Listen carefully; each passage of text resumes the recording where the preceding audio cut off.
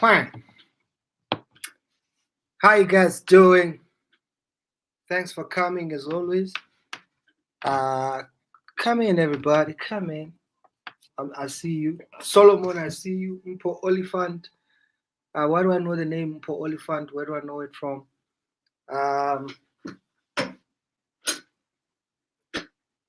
Welcome to my secret location, wherever that is, somewhere in South Africa. Very, very cold. Very, very cold. I saw, I think, -1 degrees this morning. It was 4 degrees when I was coming back to my room a few hours ago. Naomi Wesi, welcome. Mpo Oliphant, Buitumelo, always here every day. Zankolo here every day. Solomon. So guys, welcome. My guest is already here. So how's this? So yesterday I was supposed to have Dio Khakao, South African comic. He struggled getting online with this setup that I have. I ended up with 2 other comedians I didn't plan on having. Shout out to Stop Nonsense, to me Stop Nonsense for showing up. Later on, Tapelo King Flag joined us. Before that, I was supposed to have Tony Khoroche, actor, director. He didn't pitch. This next guest, my next guest, American stand-up comedian, good friend, he's already here. He was here. He was in the room before I was in the room.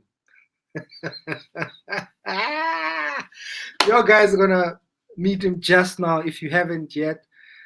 Just checking out his ear. Nike Tato Hatsi is in the house. Kokko is worse, but I hear Matatele is even more worse. Griff is gonna find out where all these places are. Kumkan is here, Tswaro is here, Itumeleng is here, Lenti is here, the usual suspects. Yeah, we're on time, guys. We're on time. What else are you gonna do? It's Thursday night, South African times, 10 p.m. You have no reason not to be here. If you're not yet subscribing to my YouTube channel, please do subscribe to my YouTube channel. I know some of you are watching on Facebook, some of you on YouTube, but the more you guys start moving to YouTube, the better. Sooner or later, we're gonna be just on YouTube. Take it one view at a time.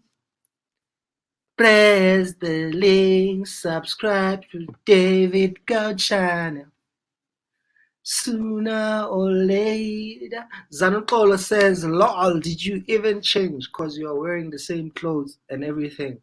Well, Zanukolo, what if I make the clothes that I'm wearing? And I have tons of them. How do you know I'm wearing the same thing? Let me show you something. This is just for Zankolo, just before I let my guest in.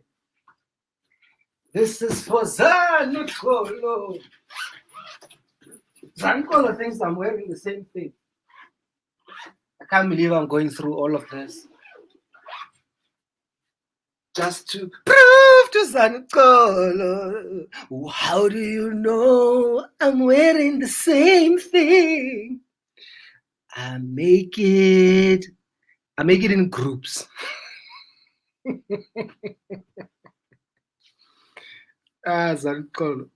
So besides here, John Mufugeng is here, Cedric is here. Let's get it going. Ladies and gentlemen, let me do this. Ladies and gentlemen, please welcome. Ladies and gentlemen, please welcome the one and only and drum roll. Hey yo.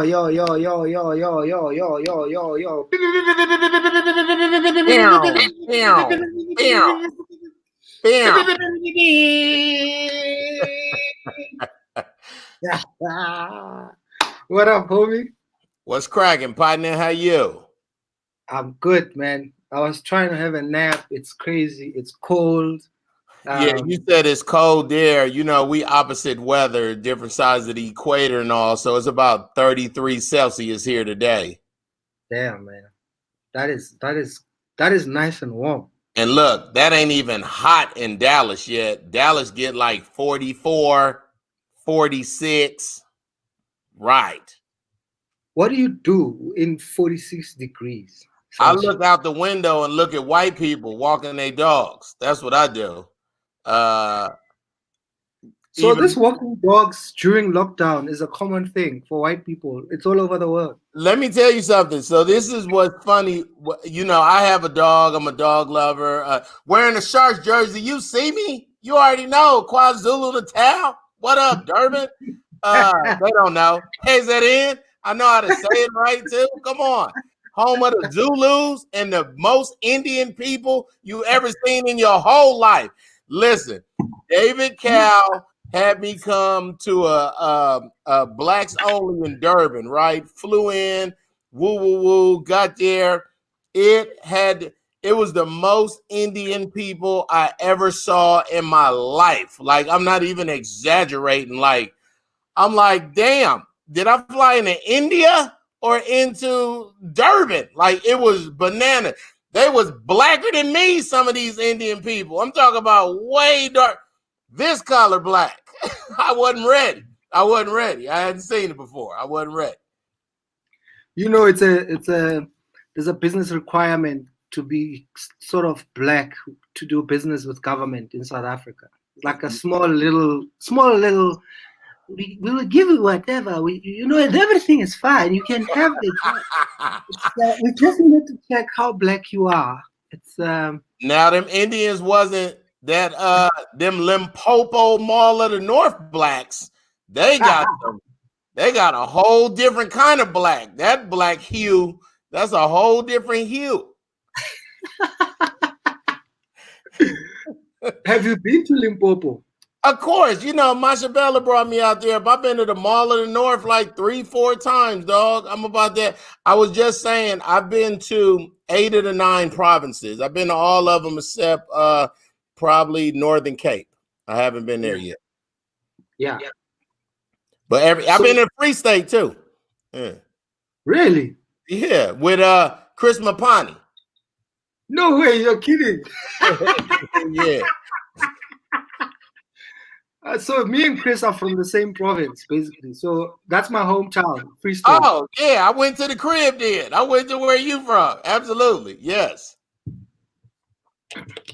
And Mapani is also from the Free State. Yep. So you've been to Durban? I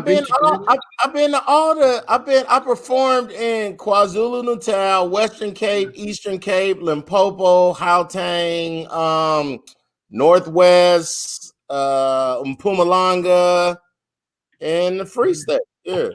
And why does it sound like you've been to more places than me in South Africa? David, you know I think I'm South African, dog. Don't do that, dog. So let's go back, right? Okay. Your first time in South Africa was how many years ago? My first time in South Africa, I was with the radio in Atlanta, and I came in 2001. We brought about 223 other Americans with us. We went to Durban, we went to Cape Town, we went to Sun City, and we went to Joburg. Then I came back in 2009 in April and performed for the first time when Parker's opened the comedy club in Monte Casino. I was the first international act. That was in April of 2009. I probably met you in November or so of 2009. And since then, I've been, when I come next month or in August, it'll be my 35th time coming in the last 11 years. Damn, man. Yeah, I get it in. I love it now. Did you bring your family or it was just business the first time? No, remember in 2013 when Comedy Central Africa was taping, I'm the first American to tape Comedy Central Africa. And it's such a big deal because, Viacom and them was like, no Americans. but Joe Parker vouched for me and was like, Griff can do it. Griff can get, you know, and I flew in my mom, my ex-wife then, my mother-in-law, a pastor, and you know, just the first time I came to South Africa, I met Trevor Goombie. I'm gonna make you remember. Remember when they was doing comedy at Cat's Pajamas? Okay. Well, remember that month that Cat's Pajamas had got flooded, so they did comedy in the restaurant across the street upstairs? I think so. Yeah. I'll tell you what it is. They serve pizza and I'm trying it's across the street from a pharmacy place. I know. On the corner. I'm trying to remember the name. I know. But that's when I met Trevor Goombie. I met Trevor a week being in South Africa, and I mean, that's my closest friend. From there, it was Mpo Pops, Nina Hasty, Chris Mapani, Manla N, and I have been working on projects for the last 7 years. But you know, the first time I came, it was Akon, so I called Akon and I said, "Hey, homie, I'm flying to South Africa to perform. Like, who should I call?" So he gave me one number. He told me to call Fix, Fakile Moete from 5FM. Fix. So when I land, so me and Fix talked for about a month, email, woo. But when I landed, it was the Samas. It was the Samas. So as soon as I landed, she took me straight to the Samas. So from there, I met Anele and Kaya Delanga and Olisa and, you know, all those, the cheeseheads. That's like, first of all, you landed, you went straight to the Summers, and then you met all of Trevor's best friends, basically. I'm talking about Trevor Noah. I'm talking about, it was crazy. It was crazy. That's crazy, man.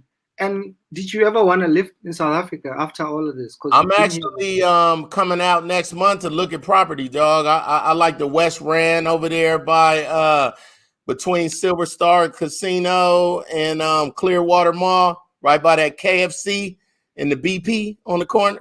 Yeah. Like that area. So someone here says they're in Louisville, Kentucky. That's where Muhammad Ali is from. Damn, man. Yeah. Thanks, Lunica Montgomery. Lunica. That's dope, man. Look, David Cow. I know her.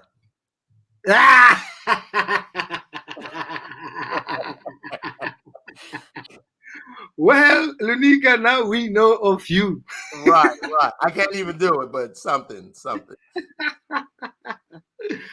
Damn, man. So when you say you're going to be coming here looking for property, has this always been at the back of your mind, or it's always been in the front of my mind?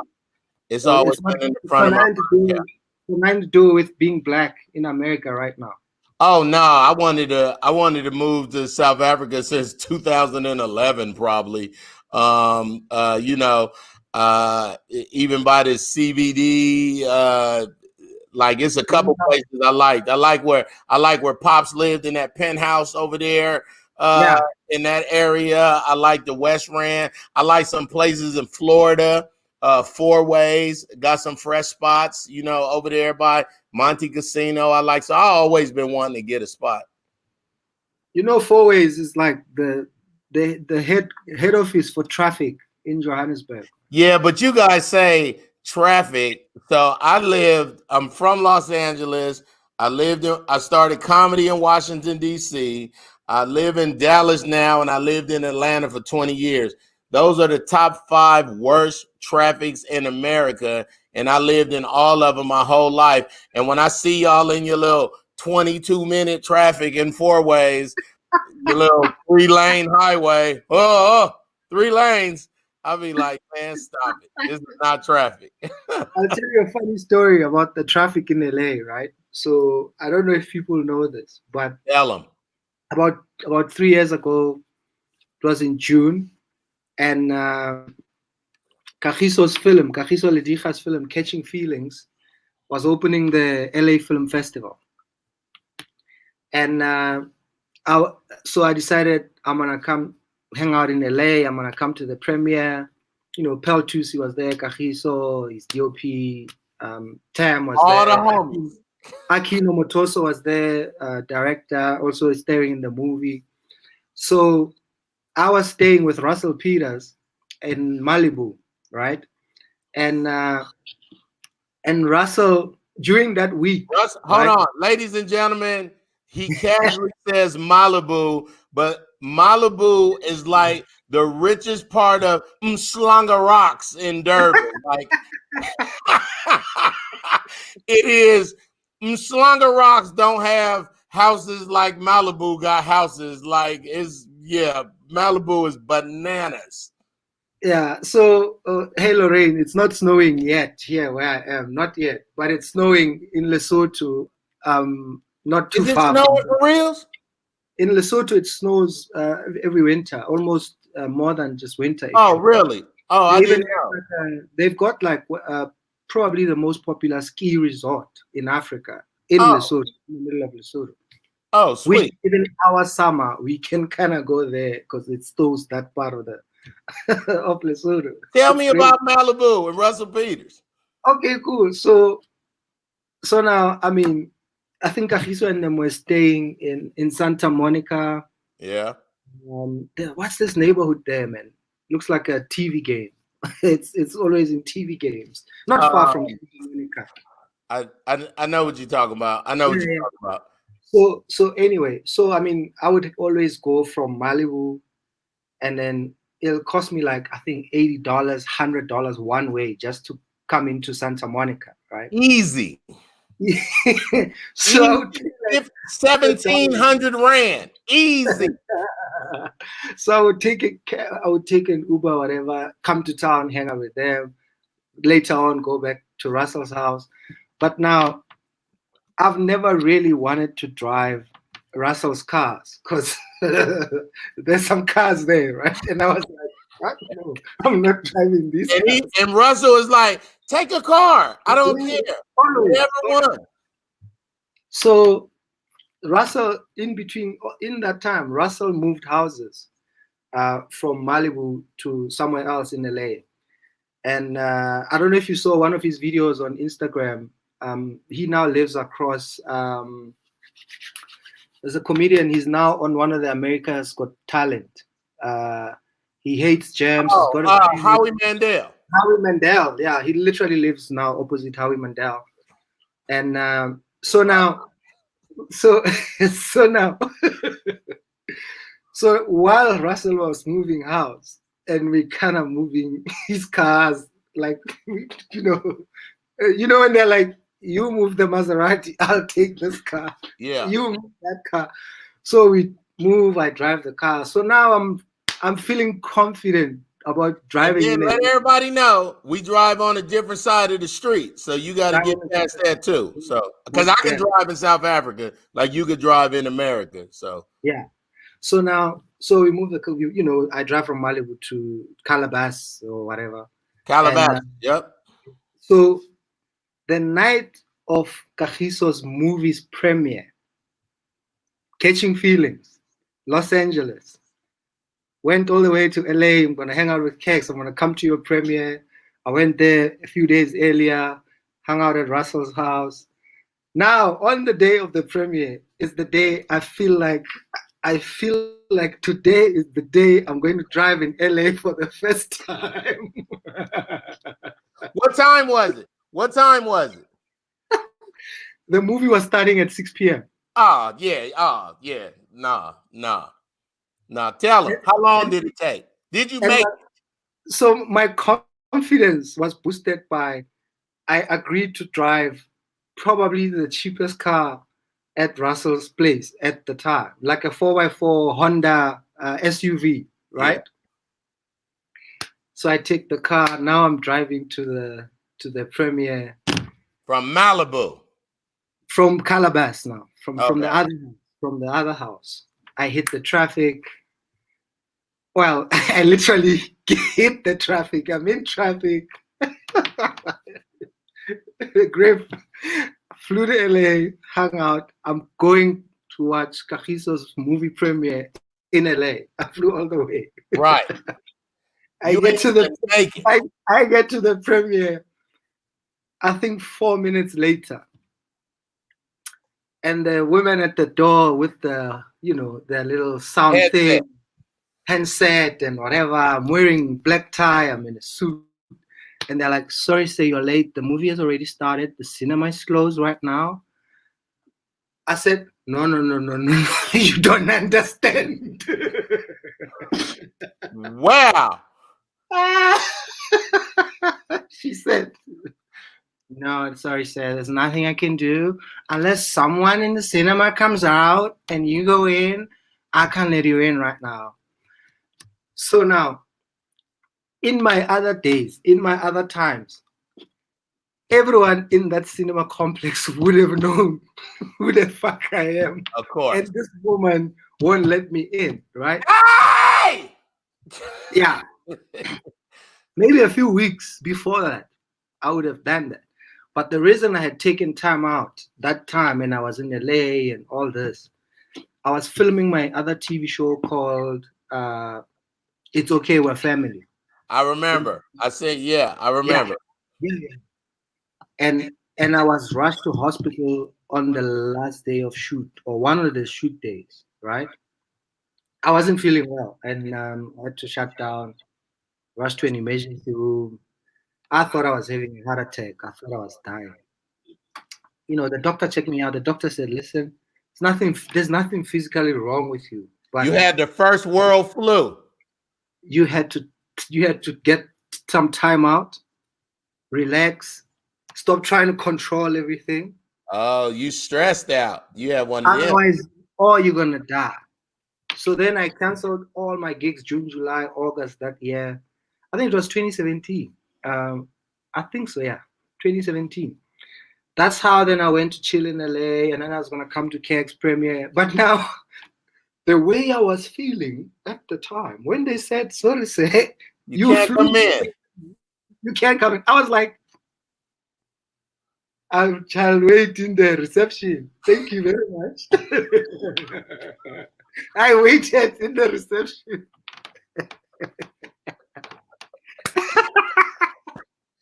I waited in the reception. Yeah. Movie. I couldn't get in. That's good. I was like, I flew all the way from South Africa for this. She was like, the union guys in the States, right? Yeah. With their little, I'm sorry, Sam, I can't let you in right now because unless someone in there comes out. But right now, I'm sorry, Sam. I can't. I was like, it's fine. Oh man, that's just crazy. It's just I love it. I'm talking about the LA traffic. I learned my lesson. So, ladies and gentlemen, the traffic in Los Angeles. So I remember being a kid when they started road rage. I remember them saying it's a new thing happening on the highways in Los Angeles. It's called road rage. So I remember people shooting at other cars because they were so in this traffic for 100 minutes. You know what I'm saying? Like it's somebody said the worst traffic is in India. Now I would have to imagine. I've been Lagos, Dubai. Lagos. Oh no. Okay, let's go back. Go continue. We'll go to Lagos just now. Dubai was hectic, and then I was in Cairo by the pyramids, and that was hectic too. But that's a different kind of traffic because they might only have 2 lanes, but they make 4, they make 8, like just from going around like the taxis in South Africa when you get off the exit and the taxis just go around all like just like that. Yeah. Have you driven anywhere else except South Africa, besides South Africa and LA or in the States? I lived in Germany. I lived in Germany for 5 years. So I was in the military. So I used to jump on the Autobahn, do 290 Ks casually, on the Autobahn. So that was always fun. Driving in Europe, all of Europe, Italy, Germany, France, all that. When were you in the military? Which years? I was in during Desert Storm. I was in during Desert Storm from 89 to 92. 89 to 92. So that was 6 years before I started doing stand-up. I didn't even know I'd be doing stand-up comedy. I never wanted to be a stand-up comedian. Myself and Kagiso met in 1993. And then in 1994, we started even writing or coming up with ideas to make movies. None of us thought or knew we'd be stand-up comics, right? So we wanted to make movies years before we even knew. Of course. We ended up being stand-up comics. And we ended up going to UCT Drama School in 1996. That's University of Cape Town? University of Cape Town, yeah. And that's 1996, right? 1997 is when we came up with the idea for the Pure Mnet show. Wow. Still no plans of doing stand-up comedy. Yeah, just writing. Just chilling, came up with the Pure Mnet show, started pitching it around 1998 or whatever. And then there was a spot called Open Class once a week at the university where students can do whatever they want. You book a block like 5 minutes, 3 minutes, 10 minutes. Yeah. I think in my third year, consistently, every Friday or every second Friday, I booked a 10-minute spot and I did this whole act. And most of it, I did it with this other actor, white guy, funny, but we didn't have lines. We would just do stuff. Improv. All improv. My best work ever, because everything else, Shakespeare, Moliere, I was fucking it up nicely. Everything the school expected of me, I was messing it up very nice. That's fun. So Kagiso, right? I mean, because of our applications, we went to auditions. I had originally applied to do electrical engineering. He had applied to study architecture. Wow. But he never changed his application. But we went through all the auditions, got chosen, rocked up on campus, and he wasn't on the list. He wasn't in the faculty for drama. So he fell a year behind me. Yeah. So then he was like a year behind me. But that guy would not be in class, didn't get his duty performance certificate to write an exam, but he'd be on set with Luc Besson somewhere in Cape Town shooting a commercial. Nobody knew him. Nobody knew how he got on set, but he'd be sitting next to Luc Besson directing, watching him direct the commercial. Wow. I love it. When he was supposed to be in school. I love it. During varsity hours. So he missed school so much he didn't qualify to write his final exam. Right. He ain't care because he was making commercials. He was all over Cape Town, man. I mean, Cape Town, if Luc Besson was directing commercials at that time, you can imagine how crazy Cape Town was. Right. With commercials, obviously all the international movies that followed and they started. They're asking, did I pick up any new languages? I speak fluent German. So I lived in Germany for 5 years. So I speak fluent German. I get to practice it when I'm at the airports. I go to the Lufthansa, which is like Germany, South African Airlines. Or German with the money. Straight up. Yeah. So I go chop it up with them. But I speak such great German that I normally can make German people go. Yeah. That's cool. Yeah. There's some white people that make some black people feel like that when they speak in Zulu. Listen, I've been there. I seen it with my own eyes. Nina can do it. I seen Nina do a Vernac show. Nina Hasty. Dude, you like part of the South African comedy industry. Well, I kind of, you know, when Parker's first started, that was the first comedy club, and so I would meet all y'all. You know, I met every so if I'm there on Friday night, somebody say, "Hey, Griff, next Wednesday, come to the Ozone in Soweto. The homie is hosting." You know what I'm saying? Or I remember I was on the show, The Blacks Only, when Scuba performed for the first time. Like, Yeah, man. you put me on. I mean, one thing I love about you, David, you ain't never said, "No, Griff, not this time." If I'm in town, you gonna say, "Oh, dog, I'll put you on. Make it happen. We'll make it happen." So you saying you were there when Skumba performed for the first time, right? Yes. So for some silly reason, I was on my Facebook and then I saw Skumba's name somewhere and I sent him a message like, "Hey man, what's up?" You know, something ridiculous like just saying what's up, like a few days ago, right? Right. So because Facebook obviously keeps history, right? Yeah. 9 years ago, 7 years ago, like that. Yeah. So I haven't told Skumba this, right? So 15th May, I sent him a message. I said banger, and he's like, "Mdeva." This is 15th May this year, right? I see this message last night. I haven't told Skumba this. Last night, I see the message. I'm on my Facebook. I'm scrolling. And then above that message I sent Skumba, there's a message that says, "Good luck on the show tonight, 30th October 2010. Wow. Then I scroll up, right? I scroll up. I've got messages from Skumba going back, where Skumba is like, "Hey man, my name is Kumba. I wanna perform. I wanna be Yeah. a cop."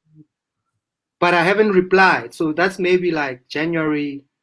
And then I see another message from Skumba, which I never saw these messages. I saw them first time yesterday. Because I Wow. don't reply to, like, I'll reply to almost all my messages, but it might be a year later. Right. And I'm like, "Thanks for my birthday." But it's now like April 18th the following year. I'm like, Yeah. "Thanks for the birthday wish," right? I'm the same way, dog. Then I look at this thing, bro. I'm only realizing this last night, Griff, right? Skumba has been messaging me like for almost the entire year, right? "Hey man, I asked I'm if a I can." comedian. I want to get on. Yeah. "Hey man, I'm just checking because I sent you a message. You said you let me know. Hey bro, by now I know you probably think I'm irritating." This is now in capital letters. Yeah.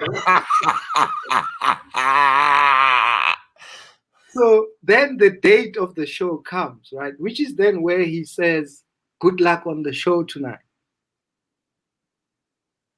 Which is then whatever show at the time, you know, I was like, "Look, man, all I have to do is I need to see you perform. That's it." He's like, "Man, I've performed with this person. I've performed with that guy. Ask that comedian about me." And you don't even care. And but no, the thing is, I never read. I mean, I probably knew at the time he was doing all those shows, Yeah. but I didn't know he had been sending me Facebook messages That's funny, dog. until last night, though. Somebody telling me, Neo, I remember you. We was at the LAX airport in first class. Yes, I remember you, homie. I remember. So what was Neo doing in first class on a plane? Was he going to LA, coming back from LA? I think we were going to Atlanta or going one of them way. I'm born and raised in California, so I'm in LA. Every single one of my family members is in Los Angeles or California except me. So I live in Dallas, Texas right now. I lived in Atlanta. I started comedy in Washington, D.C. You know, I'm the only one who left the state. Why did you choose Dallas? I mean, how long have you been in Dallas? This is where we broadcast Get Up Mornings with Erica Campbell. So yeah. I used to be in a studio. I'm on a morning show with Erica Campbell from the group Mary, Monday through Friday. We just celebrated 4 years last month. I'm also under the umbrella of the same people that D.L. Hughley is on our network, Ricky Smiley, all those other people. So this is the headquarters for that place. Did I spell it right? That's it. Yep. Yeah. At Get Up Erica. Yep. If you guys go to Twitter at Get Up Erica, then you can link up to the show and all that. Can we watch the show from here? Is it online or it's geo-locked? It's broadcast, right? It's geo-locked though. So sometimes somebody might text me and say, "Hey, I watched the whole show." Then they'll hit me in 2 days and say, "Oh, it ain't on no more." So I don't even know how they do that. Yeah. I try to find Trevor, but I couldn't. Oh man, somebody. Hey, first of all, shout out to that Michigan jersey you got. Go Blue. I'm a Michigan fan. Do I got my Michigan? Oh, I got my Raider stuff all around me. But in college, I'm Michigan all day. In football, I'm the Raiders. And in rugby, I'm the All Blacks, who y'all beat very bad. I know. I know. Have you been to a live rugby game in South Africa? Of course, yeah. Joe Parker. When I first came, Joe Parker took me to see the Lions. The Lion mascot, they was losing so bad that the Lion mascot took his head off and smoked a cigarette on the side, dog. I went to rugby, crickets. I seen the Sharks in the Shark Tank in Durban. I've been to a lot, man. Let me tell you something. When I come to South Africa, I come to perform, but I try to get engulfed in every bit of culture that I can get in. I'm always saying I'm an honorary Zulu, but Trevor Goombi and Manla N, I'm getting a spanla. I'm gonna be talking to the ancestors and everything. Like that's. Did you get your own spanla? Not yet, but we're gonna do it and record it and everything. So I've been on David Cow's. Me and Trevor did an episode of David Cow House. That was funny. I just saw that maybe last year. I'll bring it up. It was a crazy episode. It's one of the craziest episodes ever on David Cow's House. Is it? Yeah, damn, man. It was too much. It was hilarious. Good. Yeah, David, I just want everybody to know that's watching this, man. What's up, Mpo? David, to me, I've been doing comedy 25 years. To me, David is the architect of Black comedy in your country. I say that, he's never, one thing David Cow ain't never gonna say is, I started this thing. He's not going, but really, just here in the beginning with you and Kagiso, the homie, it's very interesting that you started mainstream Black comedy and then Blacks Only. That's such a profound statement. Number one, like, I think about it every single time I read something about Black Lives Matter. Black Girl Magic. Black Girl Magic. And I'm like, I've been trying to say, Black 17 years.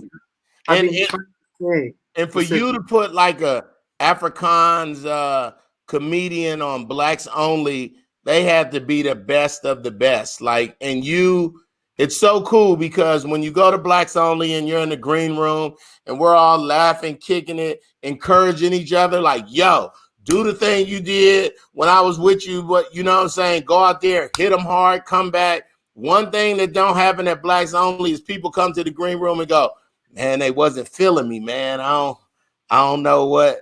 The crowd is a little, like, Blacks Only crowd is ready. They want to laugh. Yeah, I did just say, Joe. East, I've been telling people, how's it?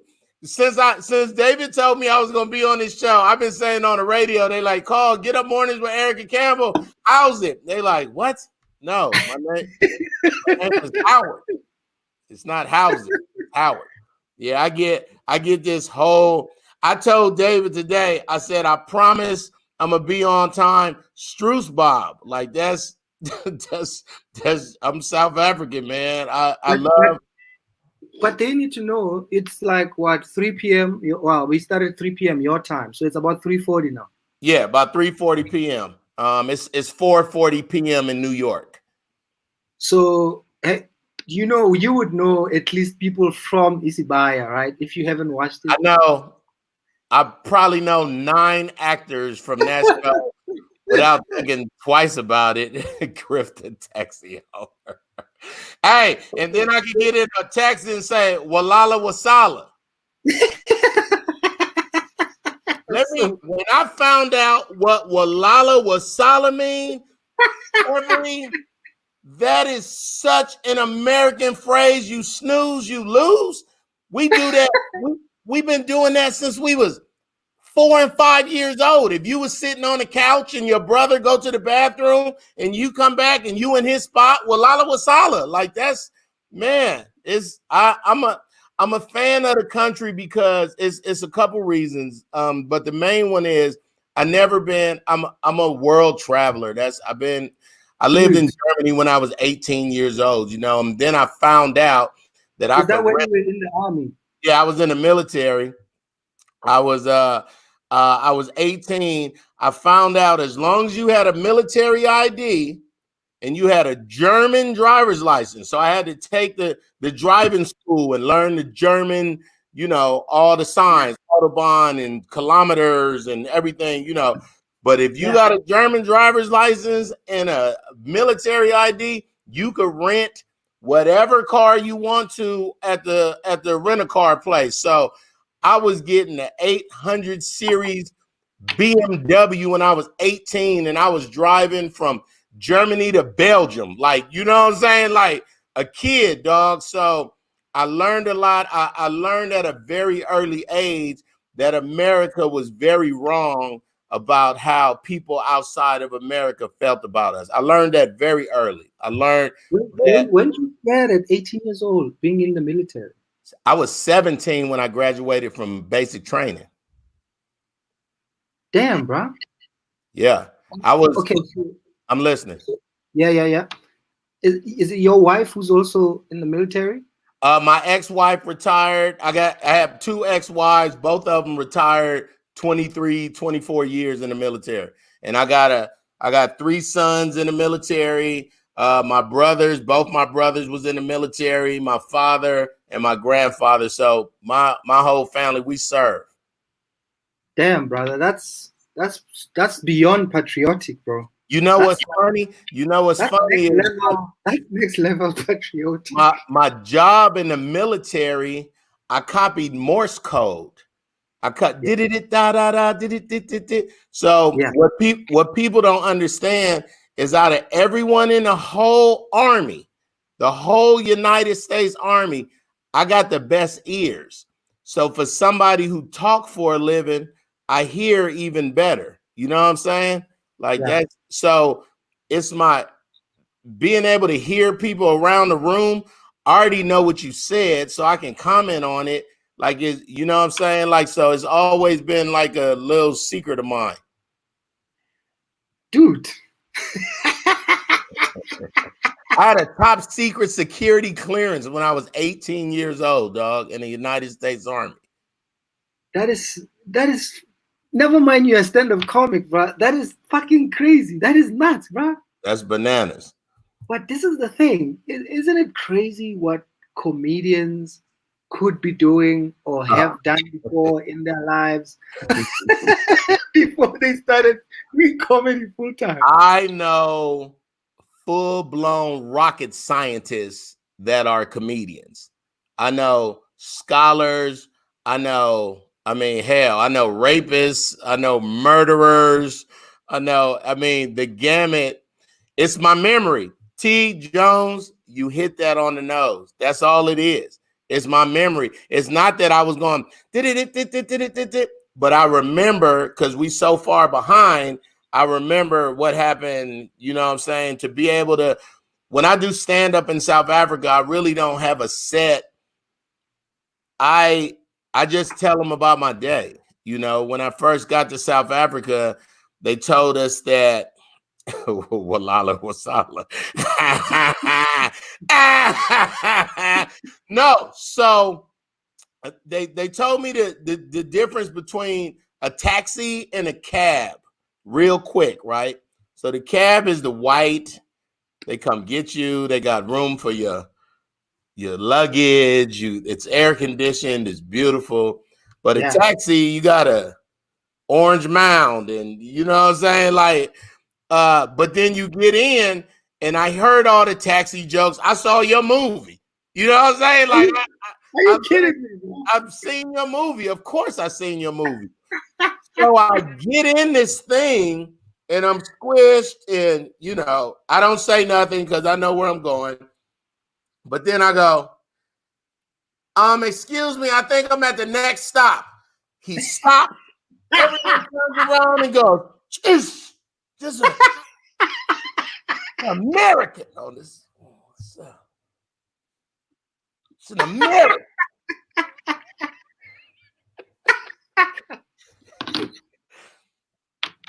You coming in, nobody had a clue. Nobody thought. I was cool until I talked. And so it's funny because I'll go to a restaurant, I'll go to Steers or something, and I'll go, hey man, can I get a cheeseburger with no onions, lettuce, tomato? And I look at them and they're just like,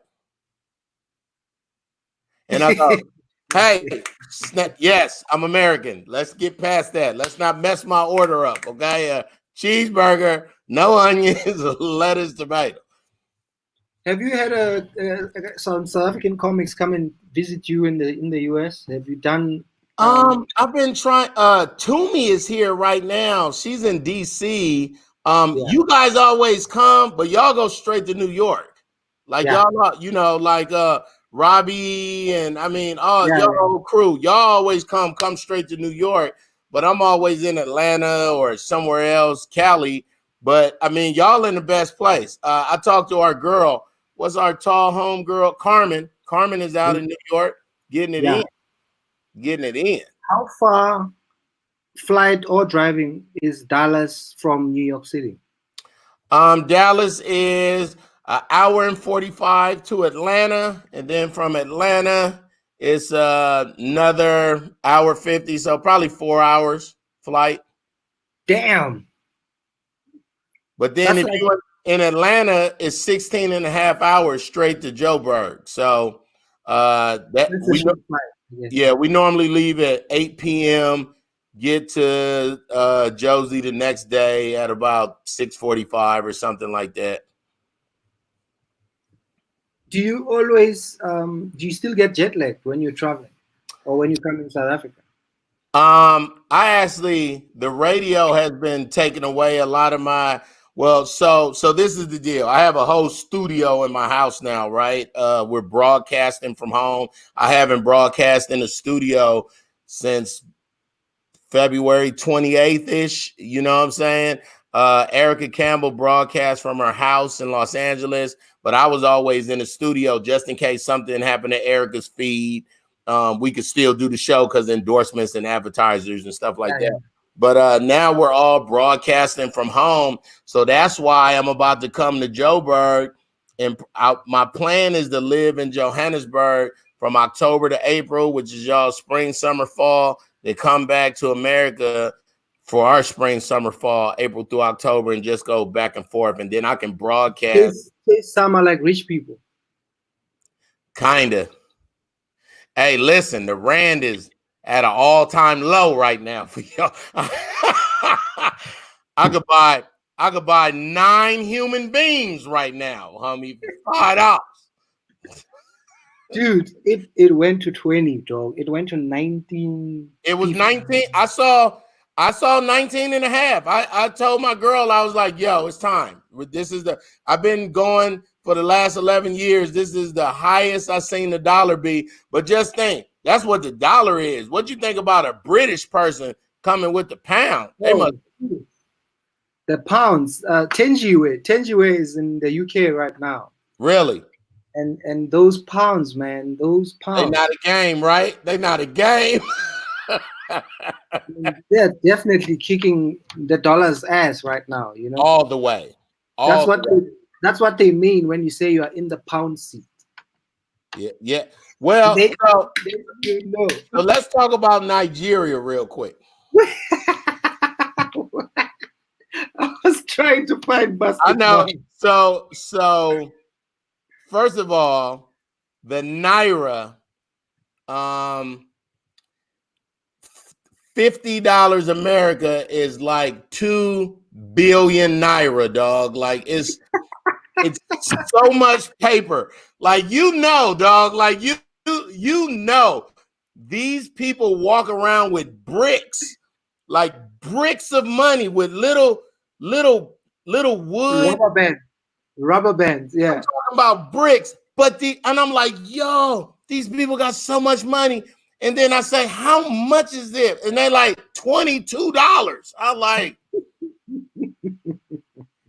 you making it rain and it ain't no water coming out. It's just. Did you see how Cardi B made it rain in Nigeria? Did you ever see her feed? Like she shut down an entire strip club. Of course. And that's how you do it. And he was just throwing them dollars. You can imagine the strippers must have made millions that night. So I've been to both the strip clubs in South Africa. It's a shady one and it's a not so shady one. Tell me the name.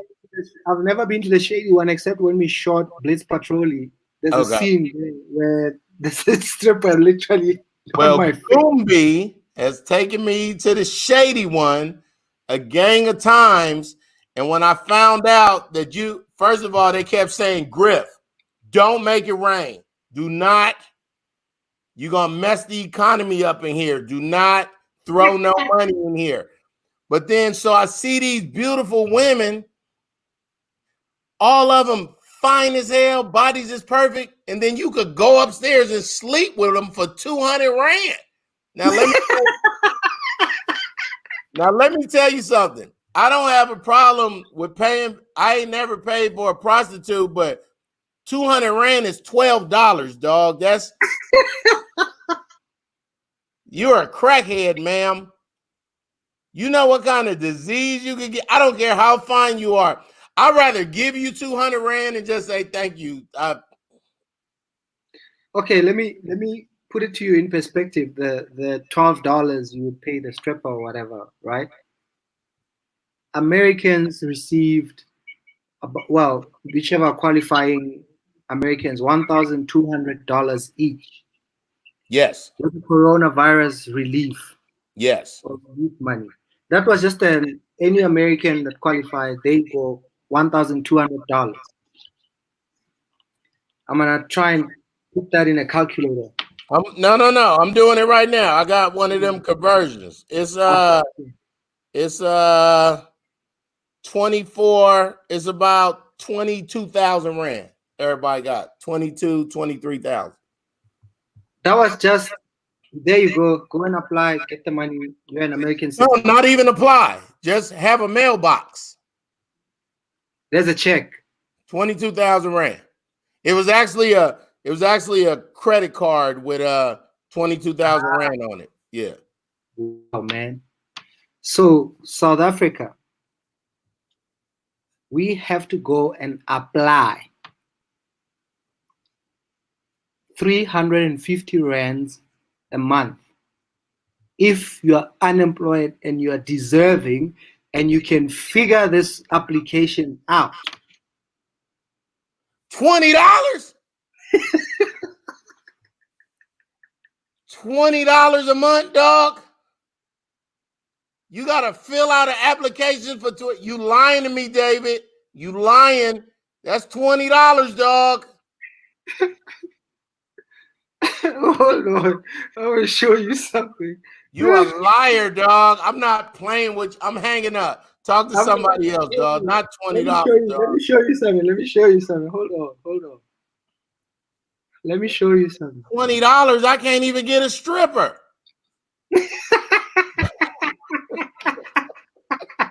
I should have saved my stripper money if I knew it was going to be quarantine.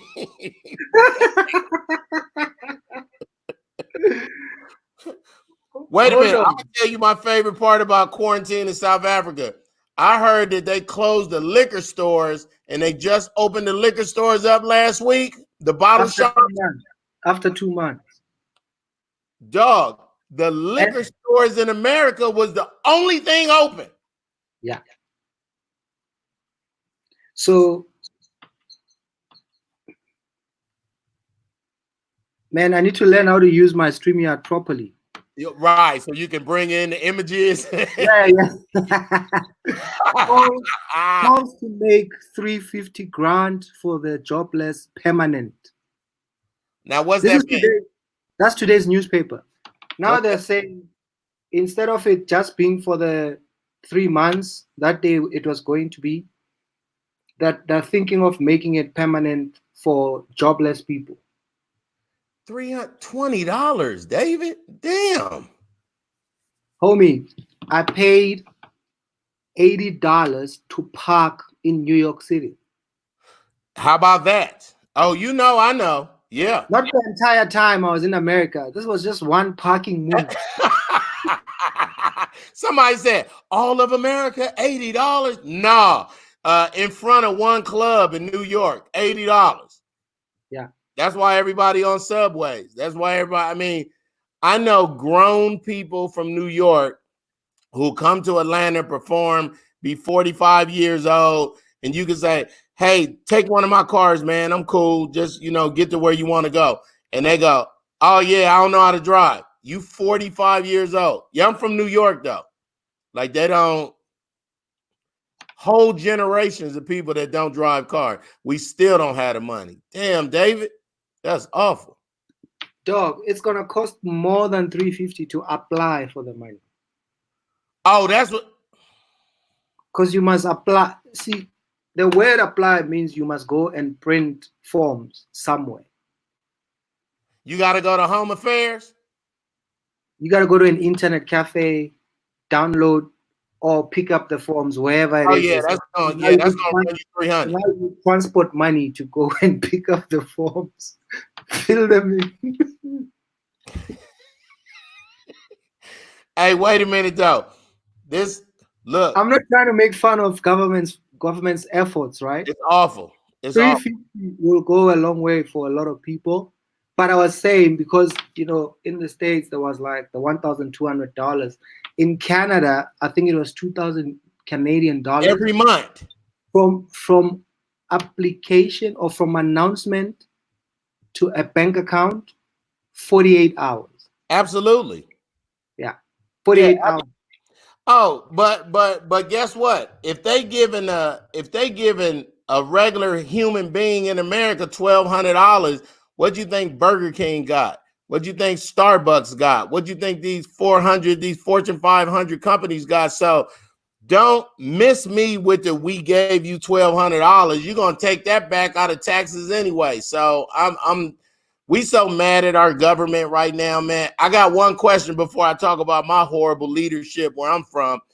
Where is Jacob Zuma and what did he do with that $44 million that the EFF still want to know about? All I know is he doesn't have that money. He doesn't. Still. If he had it, bruh, he'd be balling right now. Like, he's Jacob Zuma. You know what I mean? Right. His son might have some cash, but everybody knows Jacob doesn't have any money. Everybody knows. He still got all them wives. The last time I was there, I know his the bottom one left and was fighting with the other ones or something like that. It's a bit of a revolving door in that house, man. It's crazy. There was one that allegedly attempted to poison him or poisoned him, and she was kicked out of the house. And then recently, there was like a 17, 18-year-old who now, like I'm saying to you, the past Sunday newspapers were like, Jacob breaks up with his girl. They didn't even say President Jacob Zuma. The headline says that Jacob. Oh, that's dirty. That's dirty. And that's disrespect for the president. How is Julius Maleme there? How's Juju doing with the EFF? I know. So this is so funny. When I first came to South Africa, Juju was like the vice president or the deputy of, he was over all the youth. He was the president of the ANC Youth League. Of the youth. Right. And then I remember Nando's was making a commercial about him with a puppet. They had a puppet. And they made him, you remember that commercial? They was making him look crazy.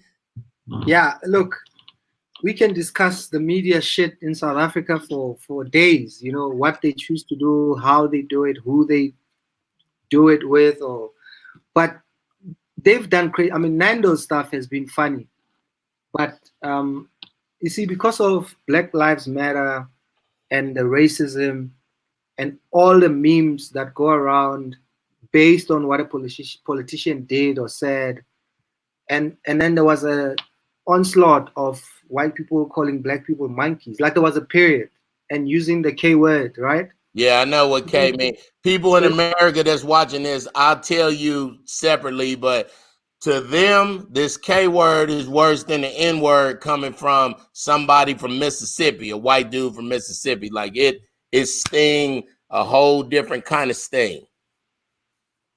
So now it's so, you know, the thing is, anytime they're trying to, a black person is in the news or has done something that white people will think they shouldn't have done that, or why are they doing that? So the alcohol ban, right, during this time, and the cigarettes ban, because cigarettes were also banned, by the way, since and they still are since lockdown. Shut up. And yeah. So they opened up alcohol last week, Monday. I saw the lines. I saw people dancing like they was at church. But cigarettes are still locked up.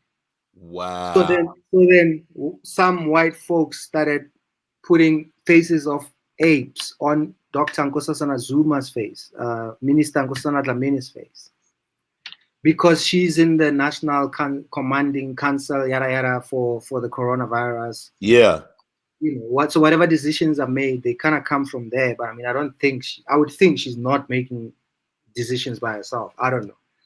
So then all of a sudden the media will start attacking, and then you start seeing memes now with her, you know, and her face being depicted like a baboon or an ape or whatever.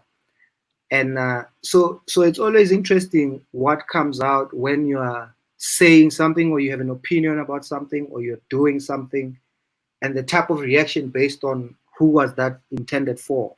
So right. For instance, there's people that believe there's been allegations of a guy who's supposed to be selling illegal cigarettes, or is an illegal trader who might be supporting or financing Nkosazana Zuma, or even Juju has sometimes been linked to the guy. Oh, okay. Then the conspiracy theories start flying, you know. That's why ban cigarettes. But remember, she's a fully qualified doctor, right?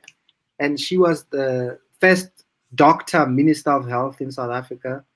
And she's the one who turned around home affairs in South Africa. So she's kind of, if you look at her CV and put the bullshit aside, she looked good on paper. That's why it was either her or Cyril Ramaphosa who were going to become the next president, basically. I didn't know. I knew Cyril from earlier. I know his record because he a money dude, right? Yeah. He's a multi-billionaire, could be a billionaire, owns MTN among other things. You know, so I mean, he owned MTN. Yeah, he's a majority shareholder. I didn't know that. Well, see that. Oh wow.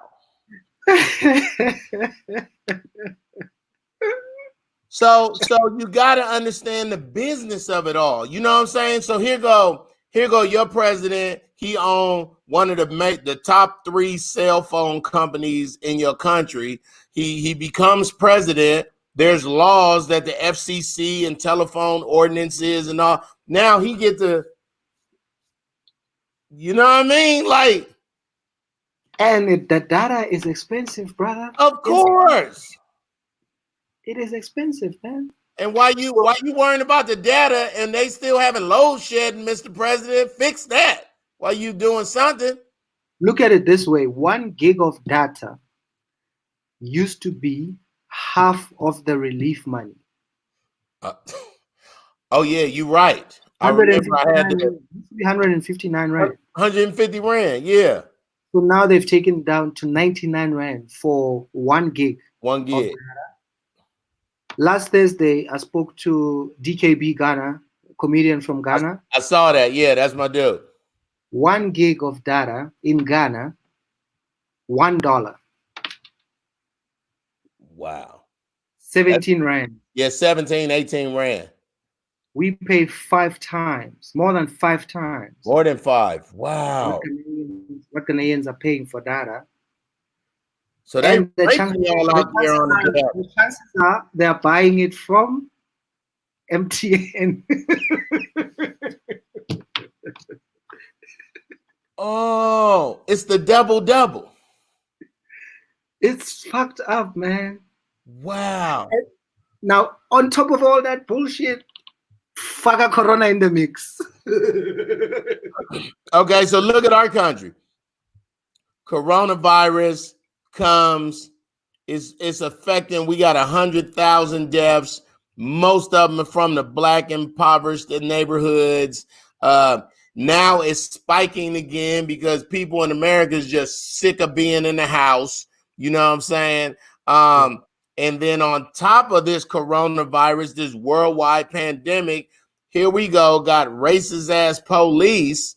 And just for the people that's watching, the police ain't did nothing in the last couple months that they have been doing in the last 30 years, in the last 40 years. The police is sorry. Yes, there's some good ones, but I could say that. So been to South Africa 35 times, last 11 years, been in roadblocks easily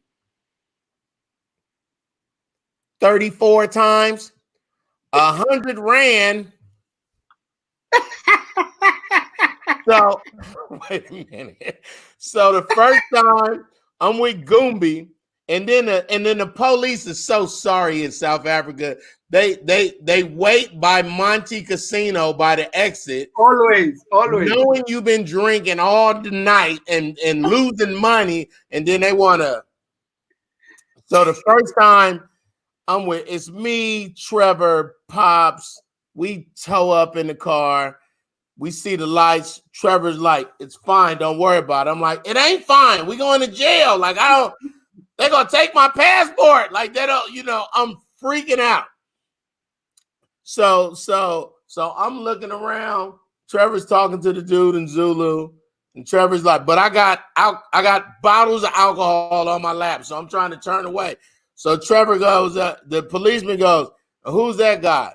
And Trevor goes, that's, and Trevor said, I said, what's cracking, Trevor? And the policeman said, oh, hey, we got an American over here in the airport. Dog, they took us out the car. They was like, hey, American, hey, what's up with your shirt? What's going on with your shoes? I said, are y'all serious right now? Trevor says, give me 150 rand. I said, what is $10 going to do, Trevor? We're going to jail, dog. We're outside the car. I still got the bottles in my hand, dog. I'm outside. We're going to jail. Trevor walks away from the car 10, 15 meters, gives the dude 150 rand, comes back. We're out. I said, Trevor, you just gave him what would be less than $10 in America. Let me tell you something. If I gave a cop in America $100, which is 1,900 rand, he would say, did you just give me this $100, sir? And pull me out my window for trying to bribe a cop. You know what I'm saying? 150 rand, all the traffic stops I've been in, we paid money, we kept, so on the way to Durban, the police is even crazier. They run in the middle of the highway.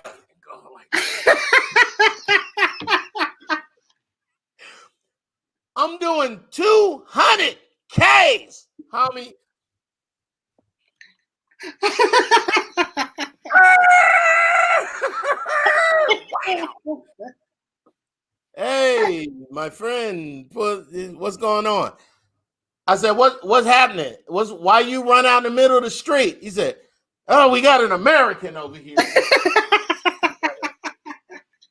Yeah, he come bring everybody. Then they start coming out the bushes, and they take pictures on a highway in this old 1940 camera with the cape on it. You know what I'm saying? They pull the powder, poof, then they run. One time, me and Trevor was speeding so bad, dude ran in the street, and then he just ran out like, these dudes is going.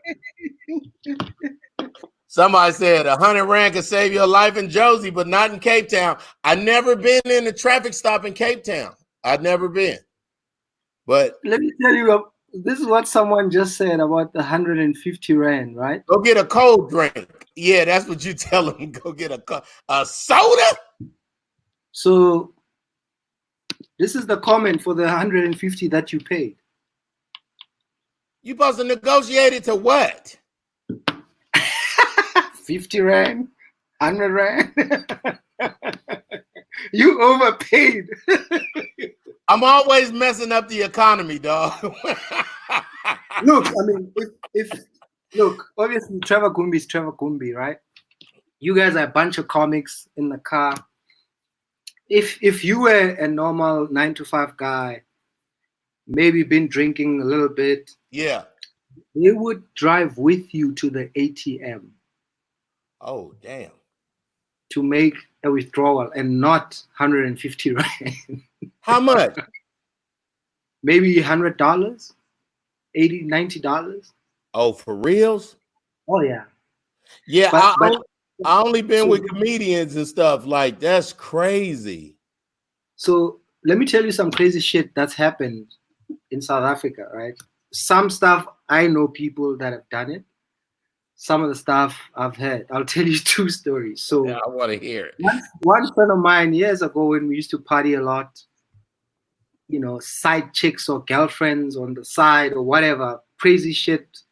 And I mean, he was married, but he kind of eventually broke up with the wife. But so he had like another chick or whatever. So when he was out too long, and maybe was gonna get home like 4 or 5 a.m., right? So we would go out, party, do whatever. Then he would go from wherever we were partying straight to the police station, pay a nominal fee and say, please call my wife and tell her I was arrested for drinking and driving.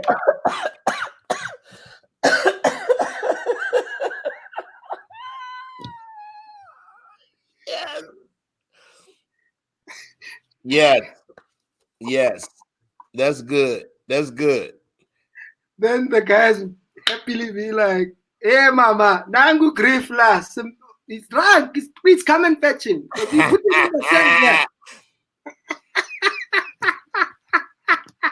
Somebody said it was the time I had to send that e-wallet to the cops. Right. That ain't no joke.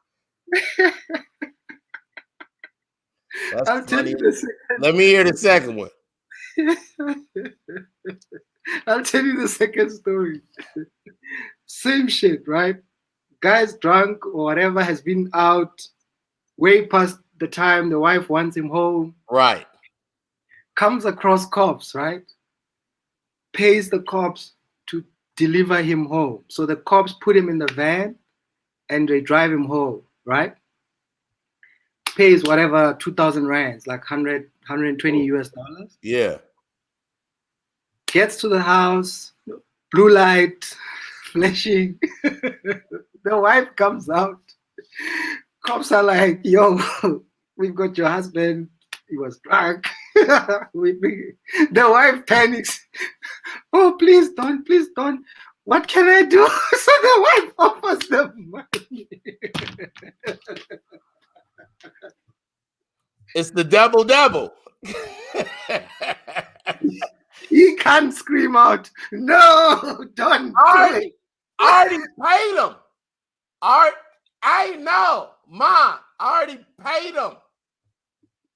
He has to shut the Now he done lost 4,000 rand. Ah, fuck, man.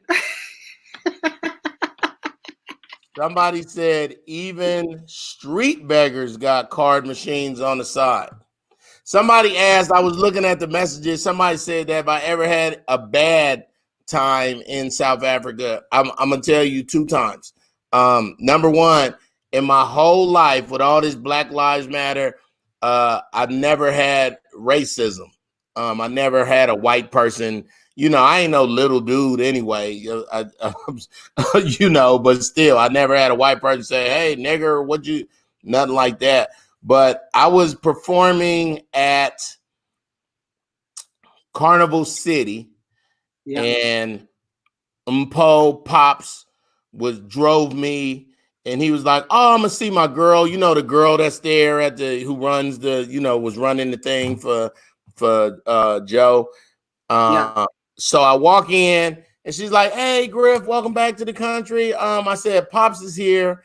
He want to do a guest spot. She's like, all right, Pops, you know we love you. Just go back and tell the host. Now, I can't think of his name right now, and it's probably better, but it's a white comedian.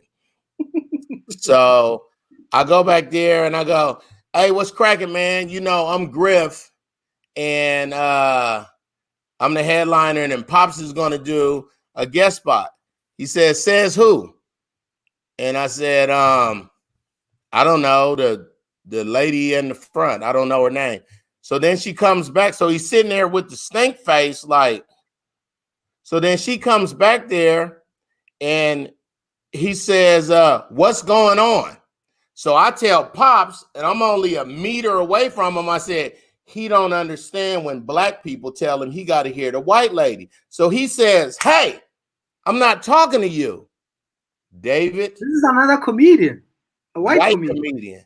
Hey, snapped his finger at me. I'm not talking to you. So I tell him, who is you? Snap now. I beat your ass back here before this whole show. Like, are you crazy? I'm not African. You can't. I'll kill you right now. How you like it? So I'm doing this to him. How you like it? So he looked at the white girl, and she was like, you shouldn't have snapped your finger in his face. That was the first time I ever had racism. Like, he snapped, like, man, I was so mad, dog. I played it off. And Pops was there too. Pops was like, Griff, no, man, that's so rude. That's right up there with spitting at somebody, dog. Hey, like in my face, this close. Hey, second time, I'm in Umhlanga Rocks in Durban. I know I'm not pronouncing it. I'm pronouncing it the best I can. Umhlanga Rocks. And we were staying in. It was Pop's birthday yesterday, by the way. Huh? Anyway, it was Pop's birthday yesterday. Oh, I know. I talked to him. I sent him a video. His daughter looks so much like him. It's crazy. It's crazy. Go on. Somebody said this is so entertaining. Salute, DK. Well, y'all got to understand, comedians, all we have is stories. We have nothing but stories. Like, so it's some stories that we can tell the audience. It's some stories we can't ever tell the audience. It's some stories so I never got, okay. So, and there was another time in them Umhlanga Rocks, and the dude was like, hey, you, why don't you shut up before I come up there? A white dude. I was like, well, let me come downstairs and help you. I'm not. What do that mean? I'll beat your ass. Like, what is this? That little finger? I'm gonna break your finger first. So then he started going, you American. Wait a minute. Let's go to Nigeria. Let's talk about Nigeria. So before you go to Nigeria, there was when this corona lockdowns and whatever were starting, and the panic, and after the president first told us to wash our hands for 20 seconds, which is the same time it takes to sing happy birthday. Right. American happy birthday or South African happy birthday? Birthday to you. Happy birthday to you. Happy birthday, dear Griff. And you always have to say somebody else's name because it feels weird saying happy birthday, dear David. This is where the shit stops being funny. One of the block of flats in Ilovo, this old white woman lines up all the black staff, the cleaners, the gardeners in their garden, puts them in lines, brings out soap and water, and starts teaching them how to wash their hands. And makes them sing, happy birthday to and Shosholoza. I think Shosholoza was in the mix. About to do the don't rush challenge on you, homie.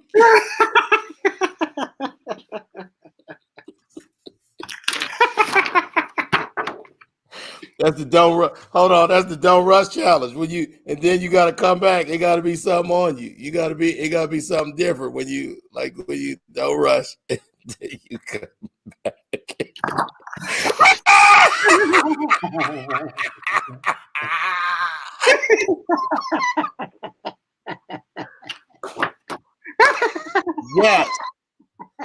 Yes.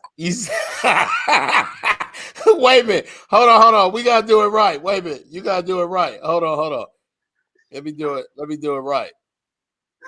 Look.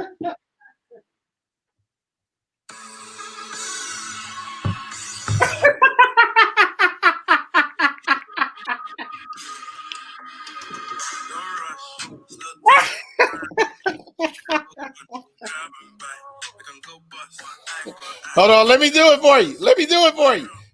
Here.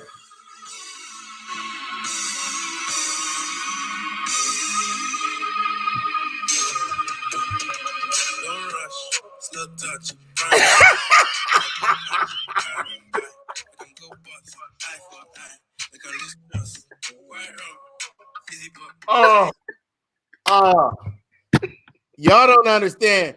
Comedians would rather play. So this is why this must be so entertaining for y'all, because all comedians want, we ain't been on the stage in months. All we want to do is laugh. Like, that's all we want to do is play. We just want to play. Jeez. That's so funny, dog. I want to do more, dog. Wait a minute.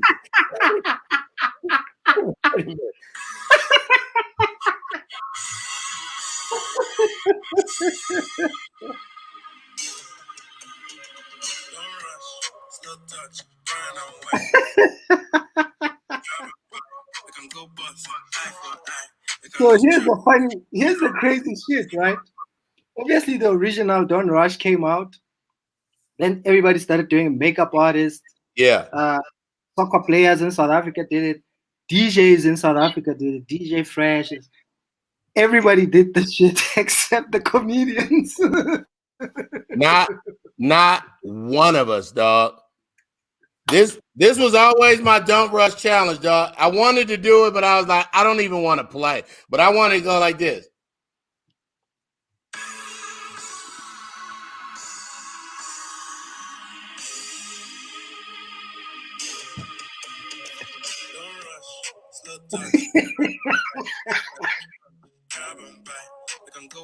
I don't want to change. I like who I am, dog.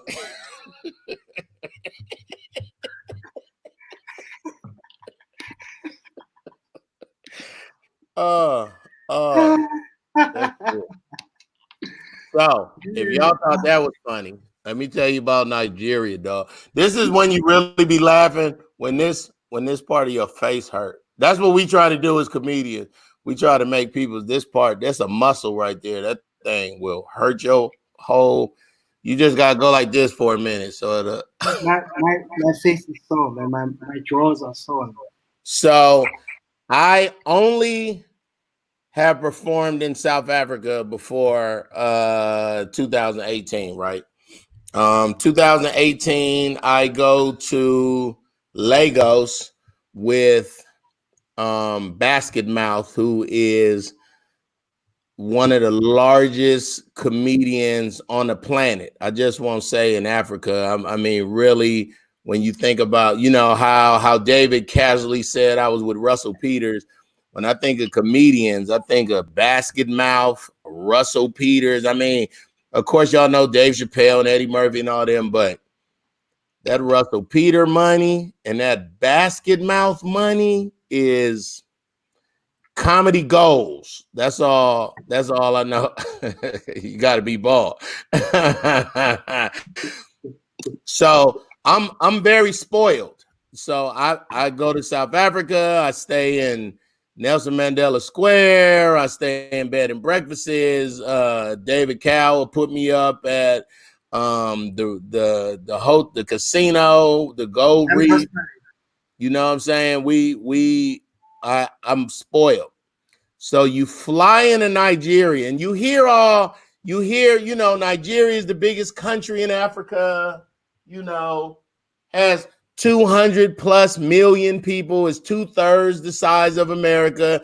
Most is 40 million Black people in America. And most of us, they say, is from Nigeria. The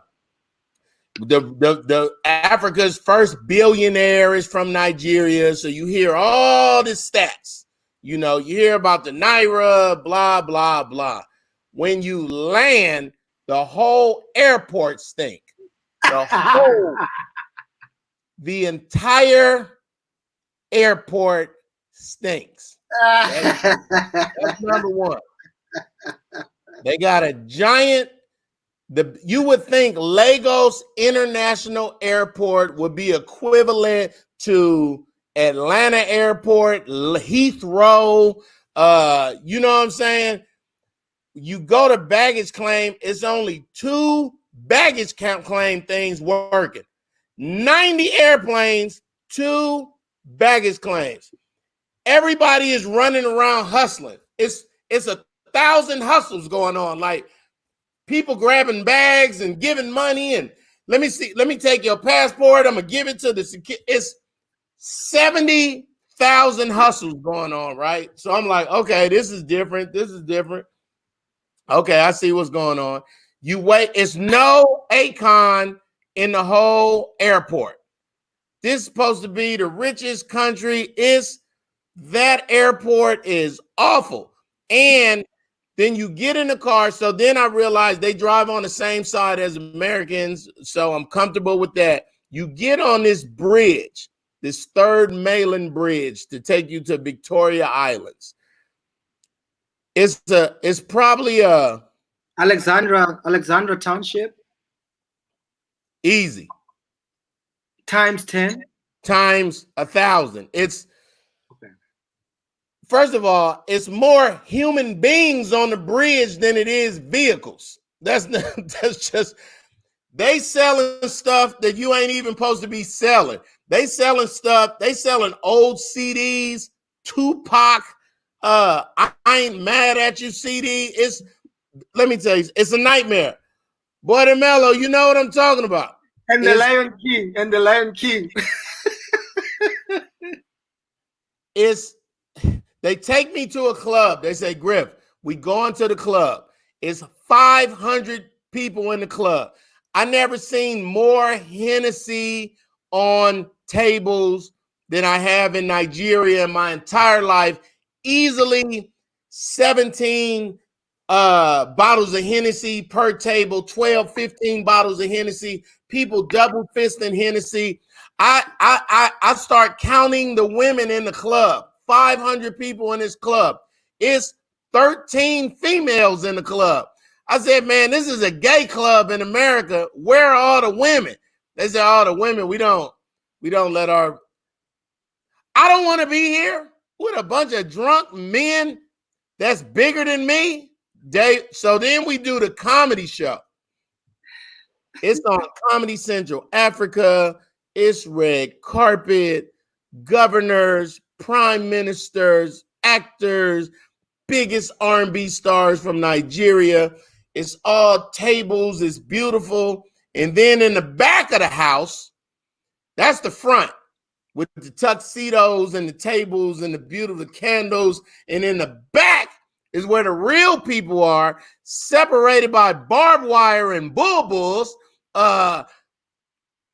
Me and Rooster and David Cow was in the back going, why do they have the real audience behind the jail gate?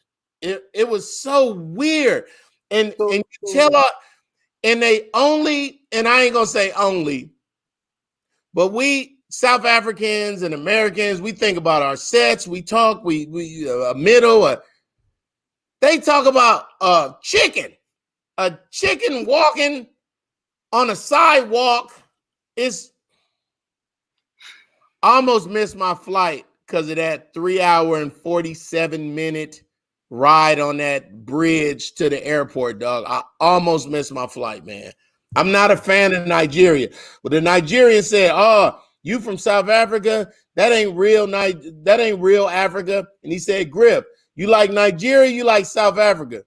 I said, I like South Africa. He said, "Why?" I said, "I like sidewalks and air conditioning and streets. I actually like streets. They call them robots, but I can get over that. I'm spoiled." Have you been anywhere else in Africa besides South Africa and Nigeria?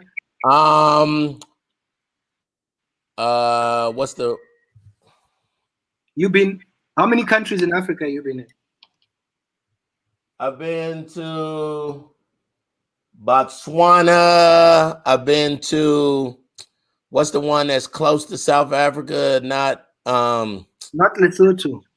No. The other one. Swaziland. Yes, I've been there. I flew into Accra before, and I've also been to Cairo. I went to Egypt. So I've probably been about 7-8 countries in Africa. What's your favorite food? Maybe not just in South Africa, or in South Africa and then any other. In South Africa, my favorite food is ngushu and sam. Ngushu. Yeah, and sam. And Nigeria, jollof rice? No jollof rice. Let me tell you a crazy story. I don't know if you were still there or I was there another time. So I was with Dumiso Lindy, right? We were with Dumiso. Me and him almost missed our flight back. So I left you guys there because I left early. I forgot what I was doing, right? Remember, you guys had to left with you. We should have left with you. My money. Someone had to stay and wait for our money. I remember. Oh, that's right. I left you guys, and I was like, "Yo, make sure you guys better bring my fucking friend." Yeah, you did. Yeah, you did. Yeah, you did. Yes, you did. So, fuck, I've been there a few times, right?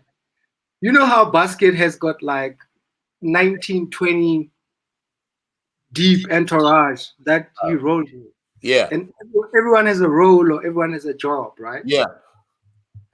Which could be during the shows or whatever, or when he's touring. So one night I didn't like the jollof rice was too hot for me. It was too chilly. Yeah. And, then Basket would have someone go get David food or whatever. Yeah. There's always someone, like we toured in the UK and there was a guy, all he did was carry baskets and luggage. I seen him. I know him. You know him. Yeah, I know him. The Louis Vuitton bag. I promise you, all he does is hold back. It's the little bag with all the money in it, though. That's what I realized. Yeah. So the following day, this guy, or Basket, asked this guy to take us to KFC, not far from Echo Seats Hotel, right? Right. So when we're chatting with this guy, me and Basket, so this is, when an entourage. Hold on a second. I'm not DK. I'm Griff. DK is, I'm not, he's from Ghana. I'm not him. How are they talking about you?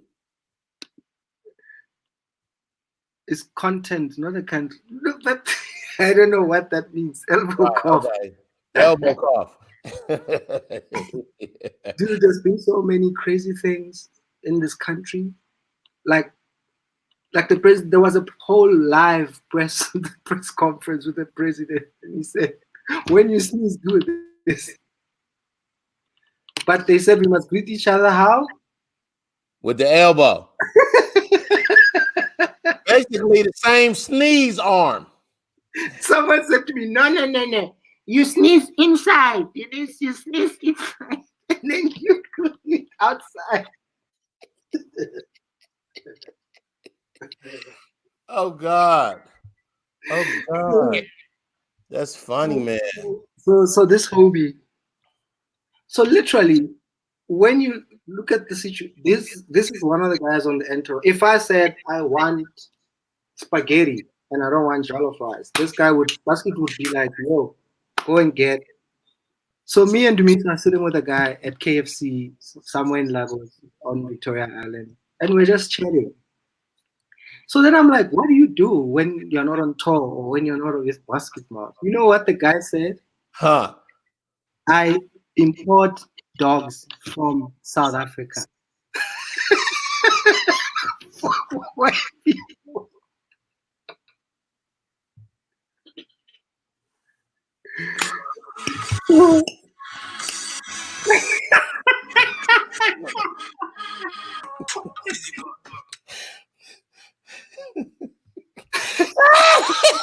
Hold on, let me get your music for you. Wait. Oh God, that is endless. That is endless, dog. What a dumb callback from just me and you. Live. Oh, that was classic, dog. Man, yes. This is nuts, man. This is the longest I've gone with one person, I think. Well, I appreciate is you know what's crazy about that is somebody asked me, do we eat sheep heads in the US? I don't, but I'm sure somebody do. We got enough sheep. You know, we got it's Africans here, so I'm sure I went to school when I was in high school. My best friend was Pacific North Islander, so he kind of looked Filipino or Hawaiian, and his family ate cow head and cow tongue. And I used to be like, oh my God, that's the grossest thing. And my friend would take me outside and go, hey man, you the only one that don't like it. Shut up. This is what we're eating. If you don't want to be in here, stay outside. And I was like, oh, so I learned a long time ago to respect people's culture. You know what I'm saying? And I think this is your longest one because y'all have always greeted me in Africa as a brother, as a peer. You know, it's so much hate going on in America, and I'm sure it's enough hate in South Africa between the comedians. But I kind of came when y'all first came together. Like you was 2009, dog. You was the biggest thing. Is, you know, Joe Parker wasn't letting comedians. So if you performed at Monte Casino with Joe Parker's, you wouldn't be able to perform at the Ozone or at anywhere else, you know, with the Goliaths or anybody like that. But when I first came, I was like, oh yeah, they doing comedy at Cat's Pajamas. Joe was like, oh, the comedians. I said, Joe, you not the boss of my trip. Like, I'm just working for you on Fridays and Saturdays. I'm American. They need to see me. What is you talking about? He was like, oh, okay, you're right. Like, so for me, you know, for me, Joe know on Fridays, he got to put me on a late show because I'm going to do something somewhere else, get to him. You know what I'm saying? Like, so he just makes sure I got a car so I'm not late. But I try to do as many comedy shows. I love to go to Vernac shows where I'm the only one speaking English on the show and they all understand me. I have no idea what they're saying in Vernac, but my spirit do. And that's when I know I'm at home. And South Africa is the only place that I feel like I hear Jesus Christ more clearly in South Africa. I feel like he's right there instead of so far away. I feel like he's touchable in South Wow, Africa. man. And my spirit is, I Wow. mean, that's why I'm saying So that feeling is gonna get heightened after you do your Pangla thing and you connect to your ancestors. exactly. And that's why I'm getting a crib, because I know in a minute though. I mean, I did comedy in America for 25 years, man, and having a base in South Africa, it'll allow me to do my one-man show in other countries. So here I am, the only American that's doing a one-man show in Uganda, in Nigeria, in Cairo. Like I can just, my next 5 years of comedy will be my best 5 years of comedy. You know what I'm saying? Like, and I know that. You know what decision? One of the decisions I made now during lockdown. The first thing I'm doing out of this, besides whatever shows maybe here, I need to do an African tour. Yeah, I saw you. I saw you say that, and it's so important and needed, because when they say, "Oh, like I'm around a lot of Africans in America, believe it or not," and they say, "Oh, South Africa ain't real Africa," I'm like, it's real for me. That's all I need. I'm cool. I don't want to go nowhere where I got to take shots. I don't want to go nowhere I can get malaria and a mosquito will kill me or have me in you know what I'm saying? I want to be by Nelson Mandela Square. I can get some Gucci sandals. And then if I want to get real country, I'll go out to where the cradle of mankind is. Like this. So when we spoke, I think last Thursday or last Tuesday or something. Yeah. And it was at the height of all the riots in the US. Right? Yeah. And obviously the protest marches have since spread all over the world, including the EFF, Julius Malema, and I heard marching to the United States Embassy in Sandton. Heard. How are things at the moment? Well, so they just laid to rest George Floyd yesterday in his hometown of Houston, Texas. Yeah. But Breonna Taylor is another name I know you guys kind of know about. But Breonna Taylor, the police kicked in her door, thought she was somebody, or she was in the back, and just lit the house up with guns. Just killed her. When the husband called the police and said, "Yo, my girlfriend's been shot," they came and arrested him. And this was 2 weeks before the Ahmaud Arbery. So it's just a number of chain. But it's the like today at 5 p.m. in Louisville, Kentucky, they're having a tribute to Breonna Taylor. That's where she's from, in Louisville, Kentucky. But right now, man, this momentum, Black Lives Matter. We not letting white people say all lives matter. We don't care about that right now. If you say all lives matter, you racist. Straight up. Like straight up. Right now, all the companies are coming out. I was just playing EA Sports Madden. PlayStation got something that say all Black Lives Matter. EA Sports on FIFA and everything say Black Lives Matter. And all these companies are coming out right now. Amazon, if you don't believe in Black Lives Matter, then don't buy from us. Like it's a movement, dog. Like it's a proper movement where, it's bigger than, but America should have did this a long time ago, because if you can have rights for somebody who got raped or somebody who got inappropriately touched from years ago with the Me Too movement, and then all the homosexuals can get rights to not be called homosexuals and call us they, and don't, if I'm transgendered and recognized, so that's a right. And then, but black people still getting treated any kind of way from the police. You know what you ain't never gonna see on our news in America? A white lady getting slammed to the ground and beat up. A white man being pulled out of his car and getting kicked in the face by the police or they're not showing that on the news. And remember, we only 13% of America. It's 320 million people in America. It's only 40 million black people. We are the minority here. So they kind of, it's basically modern day apartheid. It's more of them and less of us, and they're going to do what they want to do. But now it's too much. Black people, this is the crazy part. We're 13% of the country, but we pay the most. Our money is our 13% pay for everything. You understand? Yes. Do we buy stuff we don't need? Of course we do. Shoes, whatever the new dress is, whatever the new Jordans, the new LeBrons. Are we frivolous spenders? Absolutely. But if we stop spending, so right now in America, they sending out Facebook links, black-owned restaurants in Dallas, black-owned restaurants in Chicago, black-owned, and now we don't want to go to Chick-fil-A. We don't want to go to Burger King. I'd rather spend my money with the homie. You know, people not going to Vietnamese places no more to get their nails did. They find in black salons. They find, you know, so it's a movement right now, man. And remember, it ain't even summer here yet. And we still got to vote in November.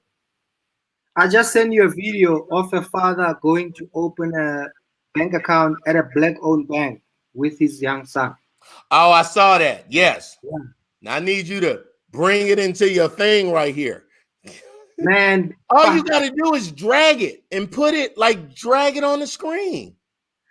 Let me try. Yeah. Because I got the same. I know. I got eCam. You literally just have to drag it on your screen. No, let me try.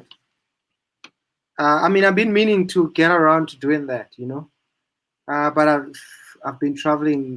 What's going on, everybody? It's your boy Jermaine Dolly, Mr. Hello Dolly himself. And guess what, guys? I just want to give a huge thank you to Mayor Bowser for all that she's done. So the mayor of Washington, D.C. is a black lady, Mayor Bowser. She the one that put Black Lives Matter in front of the White House. Well, tomorrow in Washington, D.C., all the radio stations are supporting her.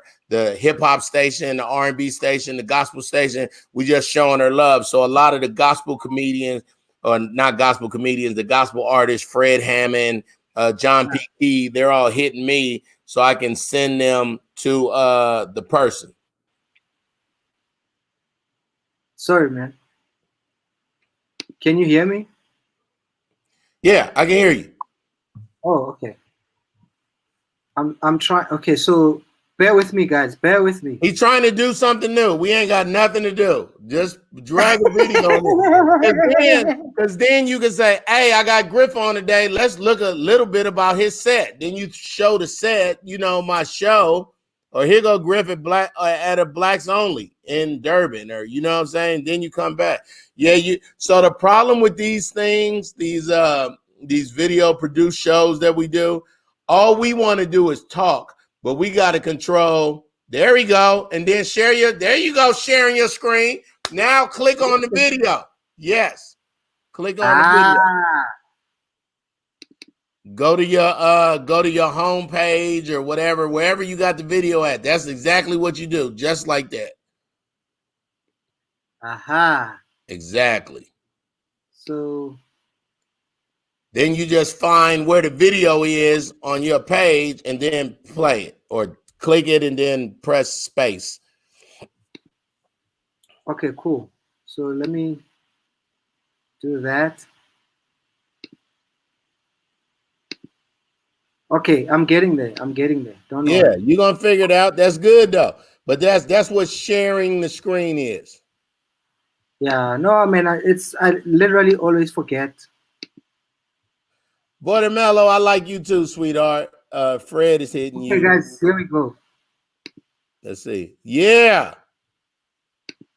Recording artist and studio owner Jabari Evans is opening an account at this black-owned bank on Chicago's South Side. There's a strong need for African Americans to harness their power. To protest recent police shootings, an online campaign called on African Americans to move their money to black-owned banks. The response?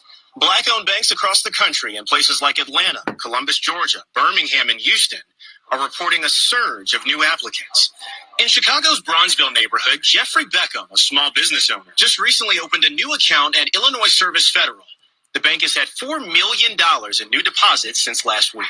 An economic protest is the most successful way to protest. Absolutely. One of the issues in Chicago is the opportunity gap that exists. And I think that the way we solve that is by creating businesses. As we move our money and support our banks, we make them stronger so that they can become funders, they can become the lenders that we need. And ISF bank owner Chiefy Endome says a strong bank can make loans to small businesses, creating much-needed jobs in the Black community. You will not, through protest, you will not, through elections, you will not change the situation in these communities unless more money is put in the pockets of young African-American males, young people living in depressed communities all over the country. And the proper way to do that is through banking, investment, and social development. And at Chicago's other Black-owned bank, Seaway National, more than 100 new accounts have been opened in the last few weeks. This online campaign began as a way to show solidarity, but in the long run, if the momentum... Look at you playing videos and bringing in, let me find out, young SABC 6. Let me find out. Good job, homie. Next time, move Lucky's thing out the way so we can read the box. So, I want to... Why haven't we done this, and why are we not doing this shit? Why? Well, I'm not even talking about Americans. I'm talking about South Africans, first of all. Especially, I thought y'all was taking your land back from the white folk that had land, and even if they had, don't even discuss the land. It's just, yeah, whatever. There's nothing there, honestly. Oh, okay. When it happens, I'll let you know. Oh, okay. Okay. Yeah. No, at the moment, there's no such. Got it. There's talks, there's this, there's legislation, there's yada yada, there's white people freaking out that Julia's taking their land and they're selling, panic selling, leaving it. But nothing, man. You can come here, lend your tumble, and go back to your room in Santon Hotel. I'll stay in my house. For us in America, why this hasn't happened before is because I believe the real problem with the Black people in America is we want to prove to white people that we're your equal. We're equal. We're equal. I mean, you can get a job. I can get a job. I can go to college. We're equal. But they don't look at us like they're peers. And they never have. And what we should have did 100 years ago was let them know, we don't want to be your equal with your mean asses. We don't want to be like you. Recognize my Blackness. Recognize that I'm see, this is where it starts for the people that's watching. In grade 5, which is 9 years old, 10 years old in America, the teacher pulls down a map and she says, hey, kids, we're gonna learn the 50 states and the 50 capitals. And all the kids go, oh, I don't want to learn. It's so stupid. And on that same day, they leave out Canada and Mexico. On that same day, they pull down North America. America is all beautiful. It got purples and greens and pinks and yellows, and all the states is all beautiful. Canada is gray. It says Canada on the top. Mexico is brown. They put Mexico diagonally, but on that day, they should have told us, hey, kids, this is Canada. Canada has 10 provinces and 2 territories. Everybody say province. Province. What is a province? If you live in the state of California, you live in a province of California. If you live in the state of Texas, you live in a province of Texas. If you live in the state of Massachusetts, you live in a province of Massachusetts. If you live in Rhode Island, what province do you live in? Rhode Island. That's what they should have taught us. Then they should have said, this is Mexico, also part of North America. Mexico has 44 states. They don't call their states provinces. They call them states. They almost have the same amount of states as the United States, but they have 44. Mexico City is the second largest city on the planet. In the whole world, inside of your continent, is the #2 largest city on the planet, but they don't. So when I meet Africans and they say, why don't you know anything about Africa? We don't know anything about us. A real American thing, Akon, David Bowie girlfriend, and Mandela from the same village. They don't look at a map. They don't know that it's 52, 53 countries in the continent. They don't know that you could stick 3 Americas inside of all of Africa. Like, they don't teach us that. So that first is a crime, David. That's a crime to every black person that goes to school, that you wouldn't teach us about where we really from. You would tell us that everybody over there got bones in their nose. So, for example, when I say Fred Flintstone to you, do you know who that is? Yeah. You see his black hair and his orange outfit with the tie and yabba dabba do. Well, they teach us very early that in Africa, whatever part of Africa they show us, but they say this is Africa. Everybody there is hungry. Everybody there has flies in their eyes. Everybody there has bones in their noses. Everybody there has necklaces on their neck. But what they never showed us, David, they never showed us an African family with a mom and a dad and a son and a daughter playing at a braai. They never showed us. If I was 15 years old and I saw a 15-year-old Osa girl in a bathing suit, I would have wanted to move to Africa. But they never showed us that. So when I ask you, hey, who is Fred Flintstone? But when you ask an American about Africa, the flies in the eyes come. They can't get past when I tell them, oh, I was over there with David Cow and we did 4,500 people in Durban, flew into Durban. Durban is like Miami. They got the Golden Mile, and they can't see that because they can't get past flies in the eyes. So as much as I tell them, as many times as I go back and forth and back and forth and back and forth, I don't know, Griff, I can't have my stomach sticking out. That is it's such an ignorance. It's not funny no more. You know what I'm saying? It's not funny no more, man. I'm surprised it's still going on, man. I don't understand. Boy Mello said they celebrating 10 years of FIFA. I was there, boy. I was there. I remember being there the year before saying, y'all ain't ready for FIFA yet. Y'all got a lot more to do. These hotels, y'all ain't got charging stations. Y'all ain't ready for yeah, that's how colonization and enslavement does, Griff. They force us. But see, okay, this is the other part that I love about Africa, and I try to explain to Americans, and sometimes they get it, sometimes they don't. If I say, David, where you from, homie? You're going to say, I'm from the Free State. You know, my people are, what are your people? South Soto. Now, if you ask me, Griff, where you from? I'm going to say Cali. They're going to say where? I'm going to say from LA. But where's your people from? Sacramento, San Jose. It stops. Like, you got to understand how important that is. If I say, Boy Mello, where you from? She say, I'm Osa. I'm Petty. You know what I'm saying? That means you from something. We not from nothing. So it's easy when you're not from nothing to don't tell you nothing and they don't give you nothing. It's crazy, man. So I was saying the whole buying black, right? We tweet it a lot. It trends a lot in South Africa. I consciously think about it all the time with everything that I do. And there's so many limits, right? But it can literally take us a month of spending to start turning shit around. Never mind if we kept it going for like a few months. Right, for the summer. Right. Next few years. But man, I don't know what it is, man. We're not doing Somebody said who's the oldest between me and you? How old are you? at 10:42 April 18th in lockdown. I turned 49 in September.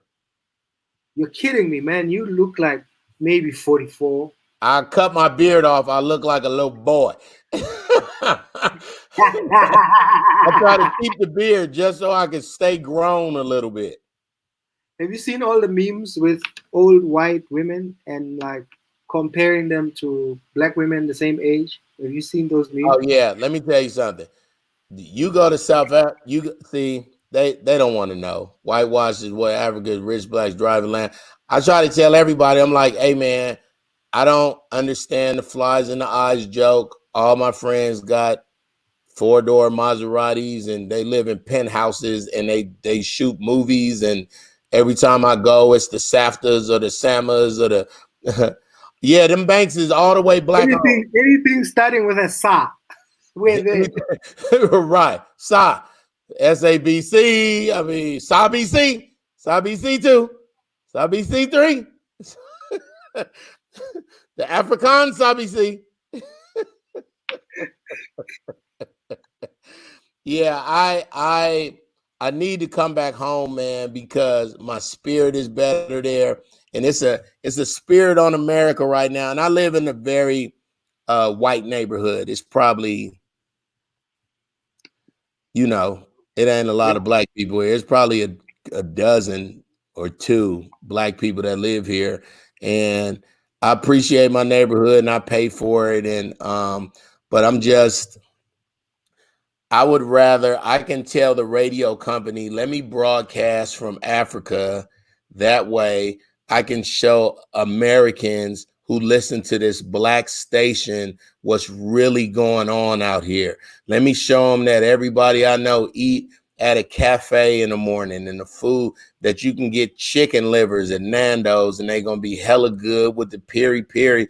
Let me go. 5 times cheaper, right? Let me go to a braai and let me show you a proper braai.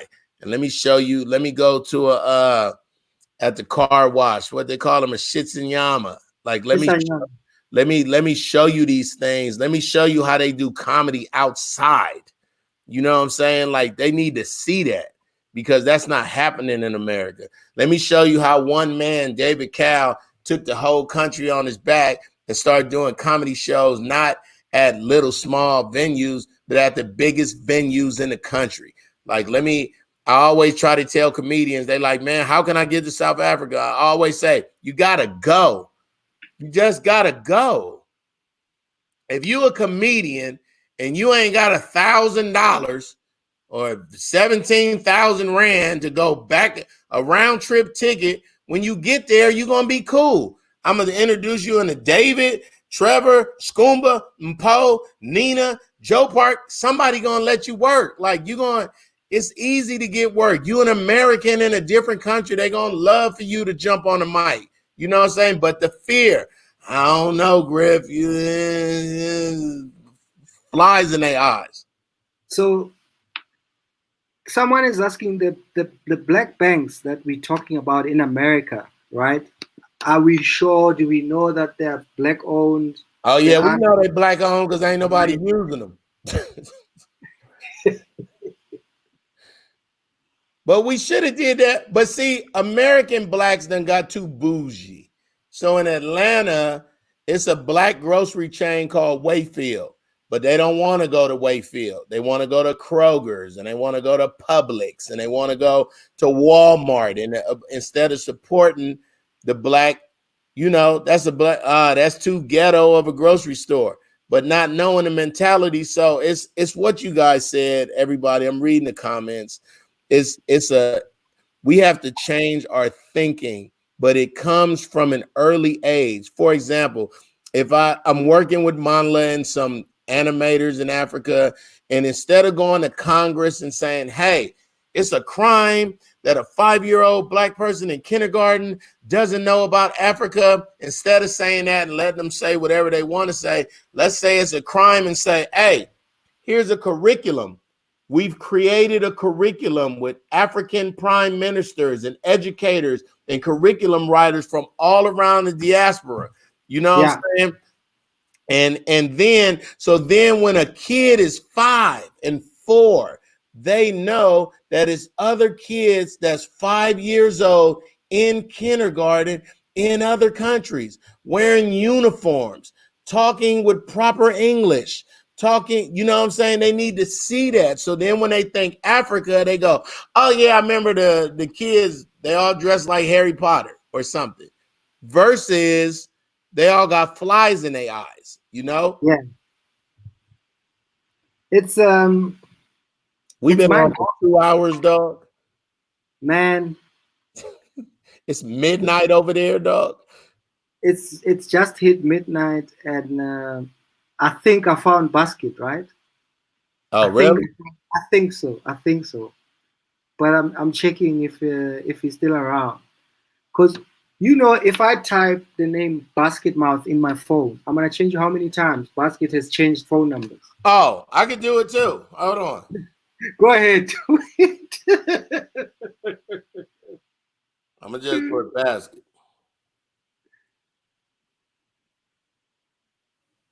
I got 5 times. So these are all numbers. So let me read them out to you. I've got, because I mean, I had to start having different versions of whatever number he was giving me. So I've got Basket Mouth, Basket Bright, Basket Mouth, Basket Mouth, Basket, Basket 2019, Basket Bright, Basket Now, Basket WhatsApp, Bread Basket Mode. That's I got a Basket new, I got a Basket real new, and a Basket maybe. Got Basket London, Basket Mouth 2. Wow. Basket Mouth MTN. Wow. Wow. So, but the reason I'm telling you this shit is because I tried to WhatsApp him and I'm not waiting. So I had to go DM him on Instagram because he answers it. He answers his DM. All the DMs he must get. Oh man, yes. I don't know. Somebody's asking, is Black Lives Matter all black people? Or is it white people? Yeah, it's fully black people. It's fully black ran. Yeah, my Basket maybe watermelon. That's yeah, it's all the way. It's black. Trust me. They finding out it's a lot of black products that people use that they finding out ain't owned by black people, like African Pride hair care stuff that my mama used. Of course. Not black. Selsun Blue, not black. All these hair care products, including the black South African. On live with David Cal real the quick. products they started using. Why did I hear myself? I just saw your DM. Oh, with the like, why am I hearing this stupid MTN president owner is messing our feet up? So, man, it's unbelievable, man. So I was saying, even the black South African women hair products they're now using, most of them are not South African owned. They might be made here, but they're not South African owned. It's crazy.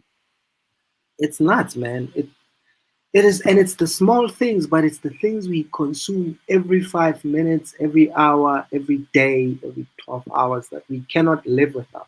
And you talk about little stuff like soap, seasonings, you know what I'm saying? Shampoo, hair care. It's so many lists right now where you can buy black pots, black forks, black knives, you know what I'm saying? Like, so I think a lot of us are just right now, we starting to say, listen, it's time. Now is the time. You know, I'm almost 50 and we just now loving each other. Like, this is the time. Like, the best thing that can happen out of this And when you see Brazil and Germany and Belgium and Paris and all these other countries and different continents saying Black Lives Matter and George Floyd and Breonna Taylor, man, that they taking these racist statues down. Oh man, you don't know how our heart is. We had a hard 2 weeks. You know, we just now at the place where we got some joy again. You know what I'm saying? That thing took our joy, dog. That George Floyd. The thing about the George Floyd video is the white police officer that had his knee on his neck. Yeah. It was so evil. He never looked up at the camera and said, he just had his hands in his pocket. And then yesterday on the news, they proved that they worked together at a club and they didn't like each other at the club. So it was personal. You understand me? It was very personal. It's like me and you being bouncers. Yeah. I'm a bouncer at the club, but you a policeman. They said George worked in the inside and the police worked on the outside, but they had funk. They had beef. So this wasn't just, so you know what I'm saying? So that's premeditated murder. Exactly. I'm glad you said that. So right now, that officer, Derek Chauvin or whatever his name is, he has second degree murder. In America, they do murder like this. If I was driving and you was walking across the street and you wasn't walking in across and I hit you and I killed you, even if it was an accident, that would be involuntary manslaughter. If it's an accident, but you still killed somebody. So that's the bottom.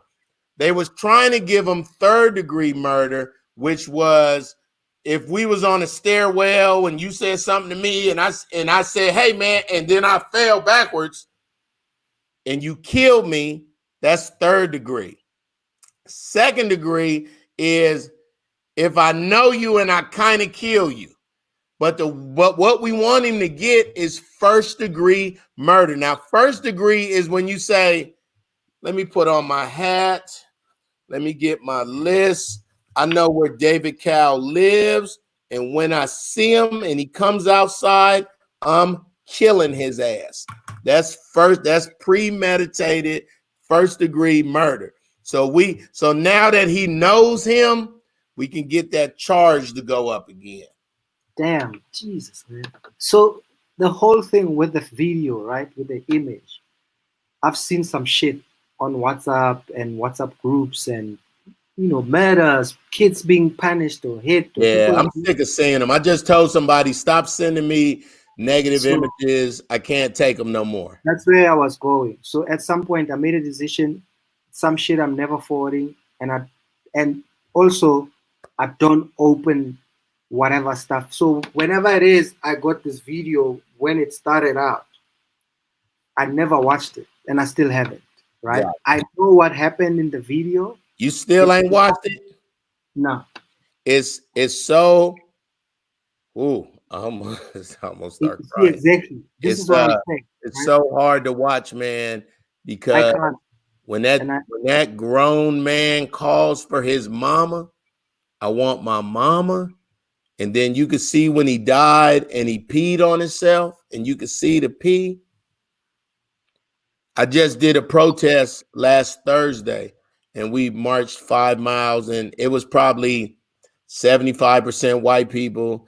And this is what's important about white people at these protests. You can support and say, hey man, Black Lives Matter to your white kids at your white house in your white neighborhood. But when you physically go out of your home and you stand next to black people that's clearly angry and you say, hey, man, Black Lives Matter, man.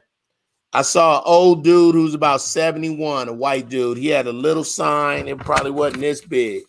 And it said Black Lives Matter. He could have stayed at home. He could have told his grandkids, don't be mean to black people. But he made a decision to. You saw the white little girl telling his dad to stop being racist? Oh man, come on, man.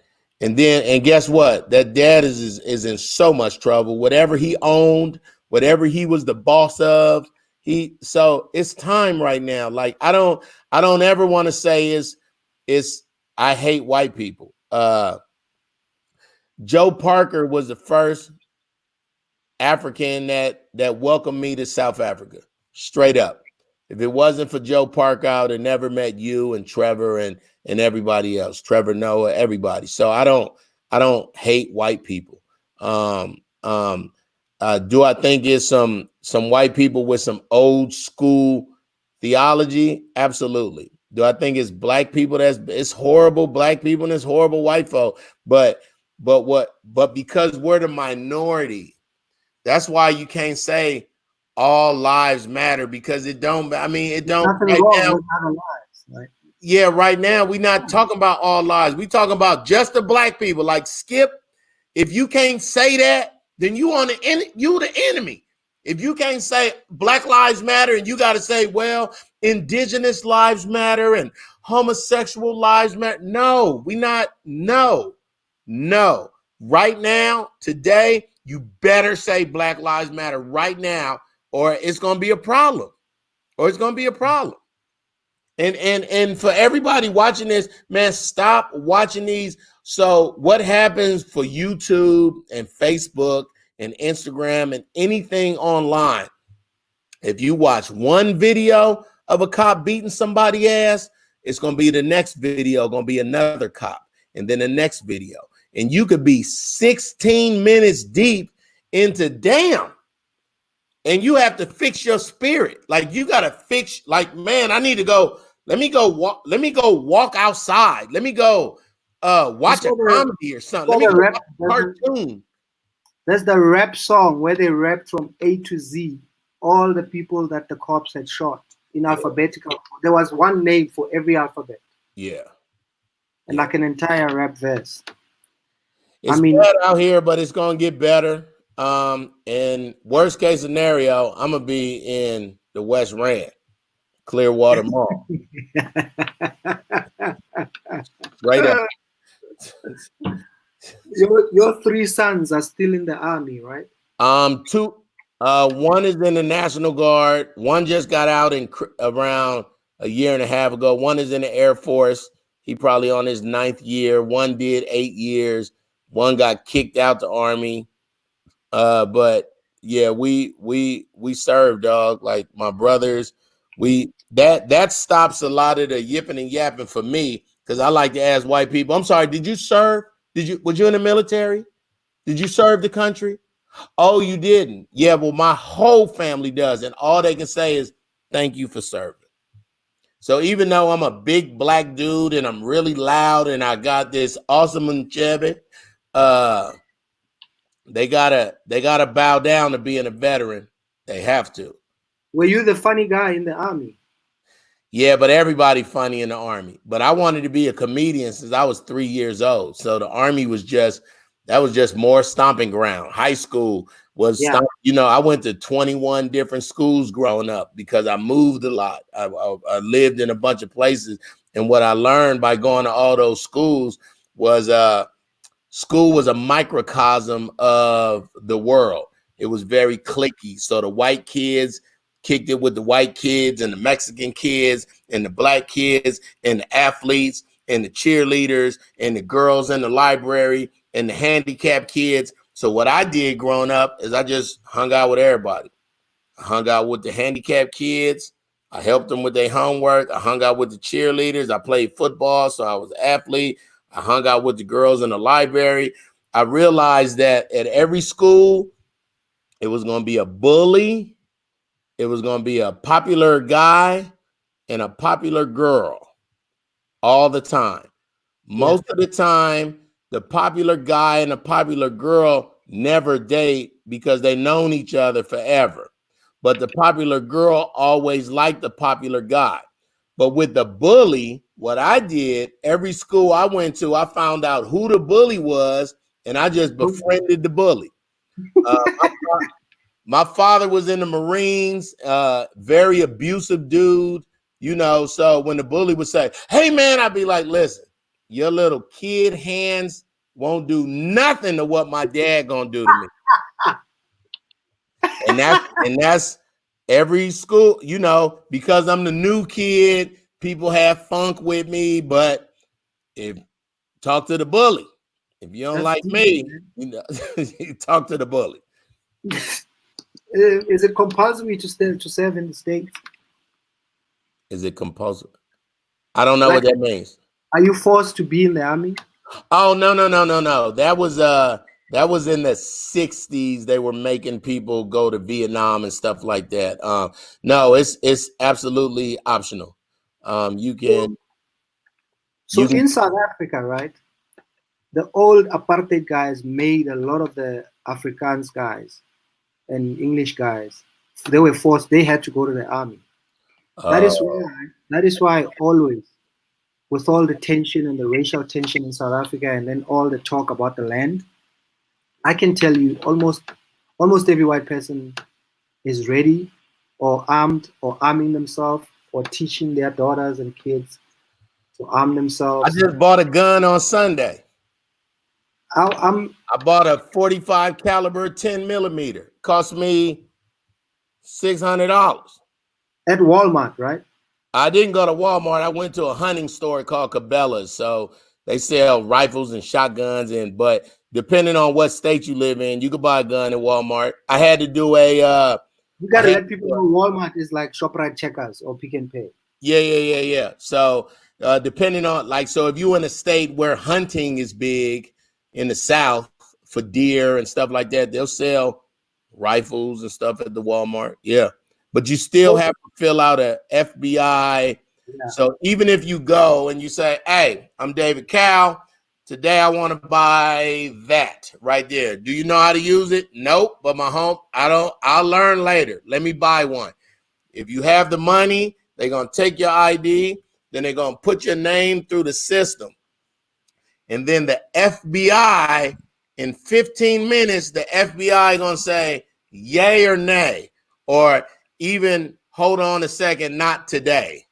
So for me, it took about 13 minutes, and you're sitting there going, what did I do? Like, am I in trouble? What? Because that's too long, right? Yeah, you like, damn, 15 minutes looking at a guy holding your gun. Y'all want to see it? You want me to go get it? Or is that too much? Okay. Well, that is just nuts, bro. Yeah. Of course, I was going to ask you from walking in the shop and saying, I want to buy a gun. Oh, does you want to buy one? 15-minute wait. It's a fifth.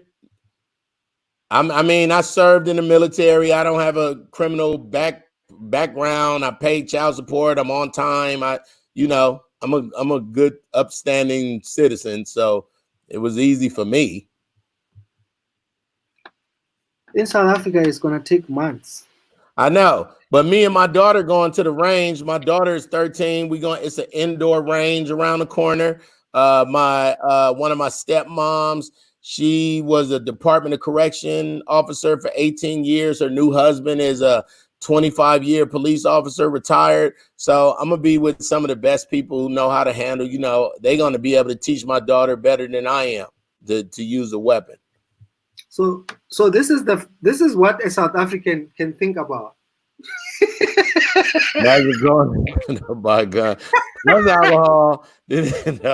Oh no, let me tell you something.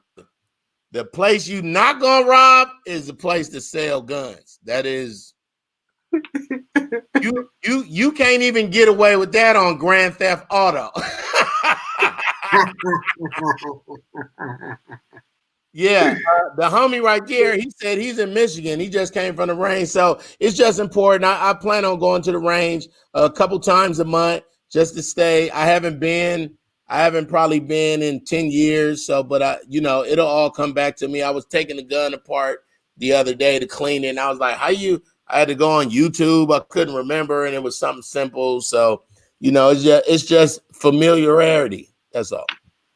This is the part where YouTube sends me a message saying your video is not suitable for viewers. No, that's when they go like this. Give them the light. Look at my light. That's when you on the side. Okay, Griff just did 2 hours on stage. How do we get him off?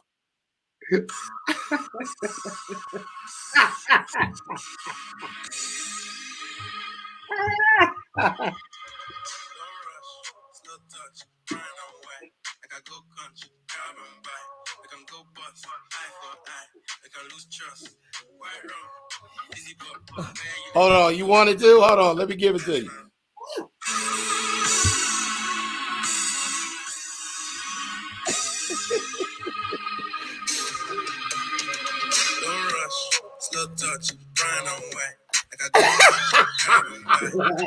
Yo, where are you with 5 jackets and a hoodie and a sweater?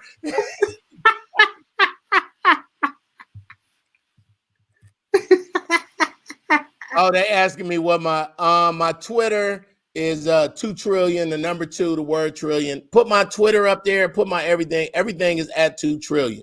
Everything. That's my website is 2trillion.com. Facebook is Griff is 2 trillion. Yeah, so thank you guys, man. Thank y'all for I love South Africa. I was just telling Claudine Oman the other day. I said, you know, our tragedy is everybody else's comedy. So the funniest countries, because of that phrase alone, if you look at the drama mass, happy mass, sad mass, it would have to be Germany because of the Nazis. And then the second place in the whole world would have to be South Africa because of apartheid. So what I love about South African crowds, South Africans are very clever. They're very sarcastic. They're very knowledgeable. And they know a whole bunch of languages. You know what I'm saying? So when you do stand-up and you go to Parker's and it's mostly Afrikaans, but then it's some Indians, you have to know your crowd. Then you go to Soweto, and then you go to Mpumalanga, and then you go to Polokwane, and then you go to PE. You just have to know, you know what I'm saying? So to me, to rip a South African stage is like, I'll be wanting to cry because y'all don't understand. Here I am, a dude from Cali that's performing somewhere where my mama used to have a poster that was really riddled and tore up, but it had all the tribes of Africa. And it had the Zulu tribe and the Xhosa tribe and all. So we used to always say, my brothers would say, I'm from the Zulu tribe. And I would say, I'm from the Xhosa tribe. That's where I'm from, the Xhosa. Mandela from the Xhosa. Like, have you done that African test to check if you've got lineage or where your lineage goes back to in Africa? Yeah, you know I'm more Nigerian. It says I'm from Ghana. It says 40%. I was gonna say you're probably Ghana than. But Nigeria. But my paternal great grandfather, my dad's dad is Irish, a ginger Irish man. That is crazy. Married a black lady in 1910. You know what I'm saying? So I don't know how it says Ghana, but I'll be that. Somebody asked why 2 trillion. So in 99 in December, everybody was afraid of the Y2K bug. Everybody was talking about the Y2K, it's going to erase our Social Security. They're saying it's going to clear accounts when it goes from 99 to 2000. Things are going to be erased. And I was on the radio and everybody was so fearful. So what I did is I added Y2K to my name. So immediately on January 1st, I started going by Griffy 2K. They start calling me Griffy 2K.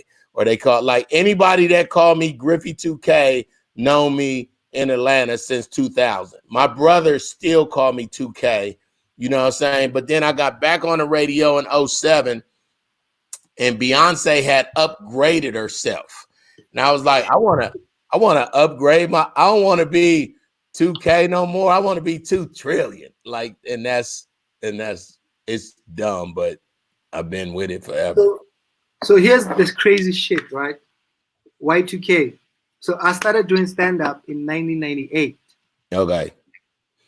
The Queen Mother, that's Queen Elizabeth II's mother at the time, who was still alive at the time, okay, had turned 101 years old. I remember. Around 2000, 2001. So there used to be shows where I would get on stage and be like, the Queen Mother just turned 101 years old. That bitch is Y2K compliant. This was 18, 19 years ago.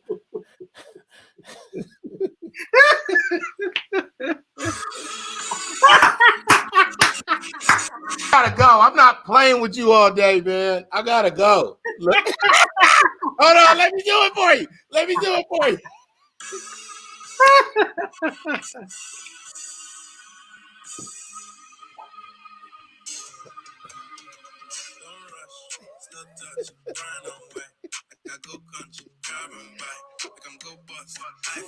He's stupid.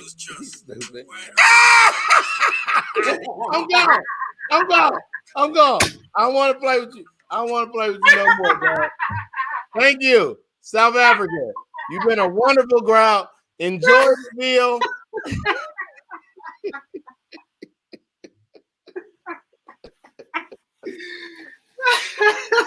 Oh, my face, dog. Oh, right. You know what?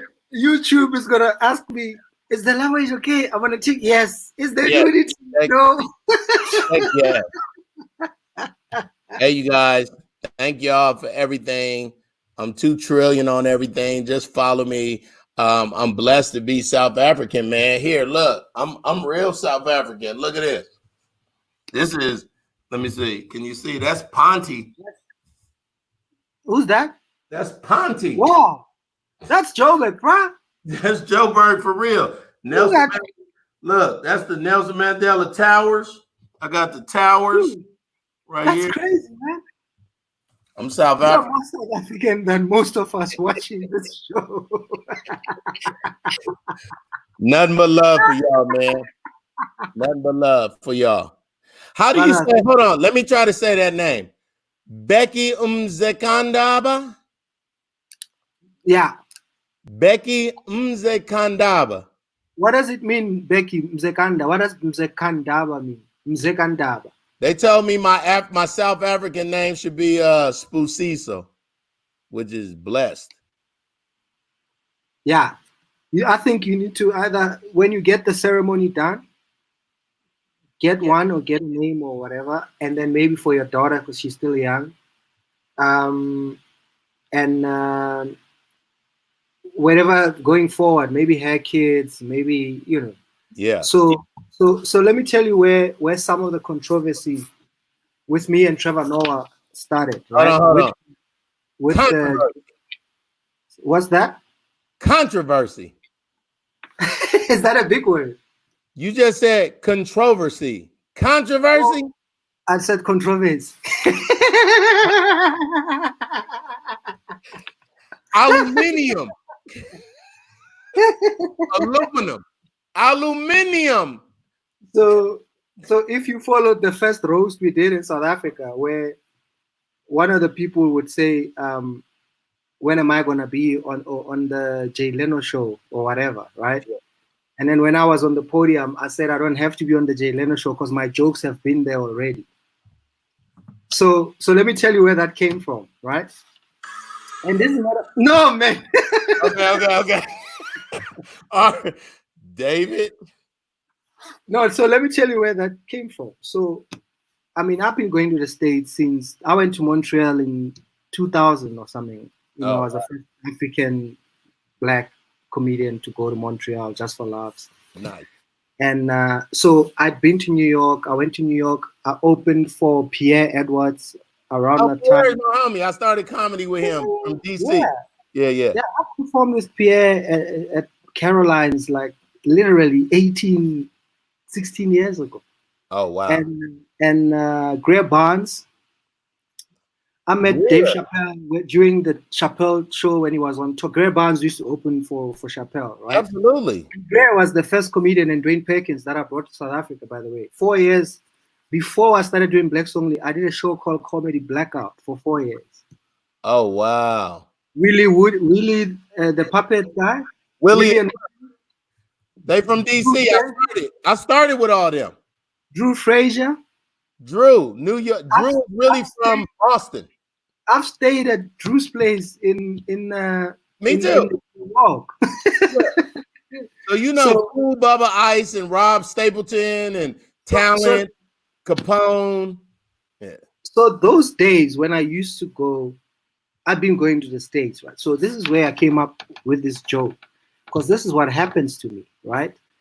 I come home and I'm like, hey man, I went to the States, I met all these Africans. Like I'll meet someone and be like, hey, my name is Shaniqua, it's African. And then I'd meet a guy being like, hi, my name is Jumon, it's African. And then I was like, my name is David, I'm from Africa.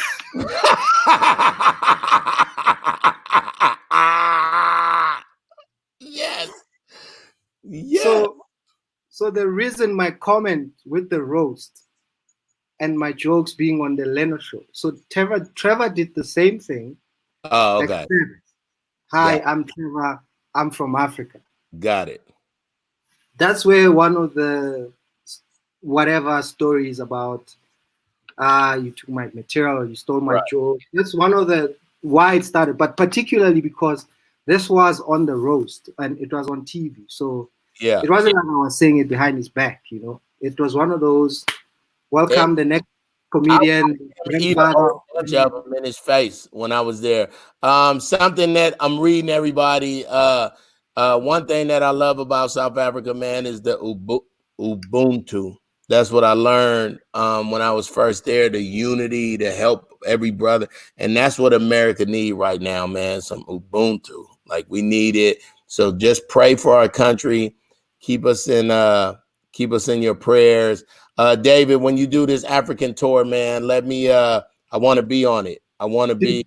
Of course you're on that tour, man. You, Ruben Paul, Green Perkins, Jean Paul from Canada. That's my dude, Jean Paul. I think I met him through Russell Peters. Russell, Kenny Robinson, and all. Yeah, Russell. Yeah, I've met Kenny as well. Yeah. That's how I know them. That's how I know. I known them since I know Russell and Jean Paul and Kenny and them since April of '96. That's crazy, man. Black Lives Matter. I appreciate all y'all, man. Follow me on Instagram, Twitter. David, 2 hours and 40 minutes, homie. We did it. We broke the internet. And it was hot, right? It was fun. Check this comment, right? So let me tell you, so everyone watching this show, I've been doing this for less than 3 weeks. Yeah. Same people every night. Nice. It's fucking awesome, man. And then there's obviously now more and more new people, some other people joining in. Every Monday, 10 p.m. or every Monday to Saturday from 10 p.m. From 10 p.m. That's the time. It's not 10 p.m. It's from 10 p.m. About to be 1 in the morning while you sit over there with that hot ass jacket with no shirt on. So Kanye Bao is on tomorrow night. Oh, that's my. Hey, man. They don't know. Anyway, of course she is. That's who you are. Of course she is. That's Subisa. I want you to call me Spoo. Now me and DJ Spoo sound the same. So you could just call me Spoo and I won't sell you an energy drink.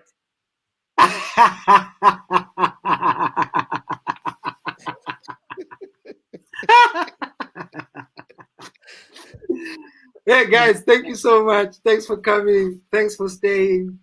Spread the word. Repost, retweet, like, comment, whatever. Subscribe to my YouTube channel. That's my full-time job now. That's right. It's going to be like that for some time. That's Brother, real. I can't thank you enough, man. I know you'll be back on the show, but you know, Whenever. always be stories to tell, man. Text me when you get Basket Mouth on, because that's the day I'm gonna sit and listen. Because Basket Mouth got some stories that I want to hear. I'm gonna let you know when the next time he comes back to me. Done deal. Love you, man. Thank you for having me, my friend. Thank you, brother. Thank you. I appreciate you. I appreciate it. All right, baby. Fine. Stay safe, bro. Wow, guys, 2 hours, 40 minutes. Jasas. Yarr. Yo. No, guys, thank you so much. This was, I thought last night was crazy. I thought last Saturday was crazy. We're getting better every night, guys. We're getting better every night. Thank you very much. Thanks for watching. Please subscribe to my show on YouTube. Subscribe to my YouTube channel. Tell your friends, tell all your friends, tell everybody, retweet, repost on your pages. Tomorrow, well, tonight, Friday night, 10 p.m., Kanye Mbao is in the house. Keru Kristen is in the house. She's a producer. She produced the last movie I directed. One of the 2 movies I directed last year, which was supposed to be coming out the cinema this year. And because of Corona, you got to make change of plans with everything. Thanks you guys for watching. Thanks for coming. Yeah, we did it again. Thanks for spending your data on this show. There's so many things out there on the internet right now. So tonight, 10 p.m., ladies and gentlemen, I'll be right here. I might not be in this room. I might be in another place. But whatever happens, guys, whatever people want from me, the condition is at 10 o'clock, I have to be in front of uncapped high-speed Wi-Fi because I've got you guys. I've got David Carl live. And remember, I'm gonna work on opening sequences, music, logos, hook up the thing on the screen. Yeah. It's gonna be lit. This show is gonna be lit. It's getting there. Shout out to everybody. Thank you for watching. Thanks for coming. Tomorrow 10 p.m. Sharp.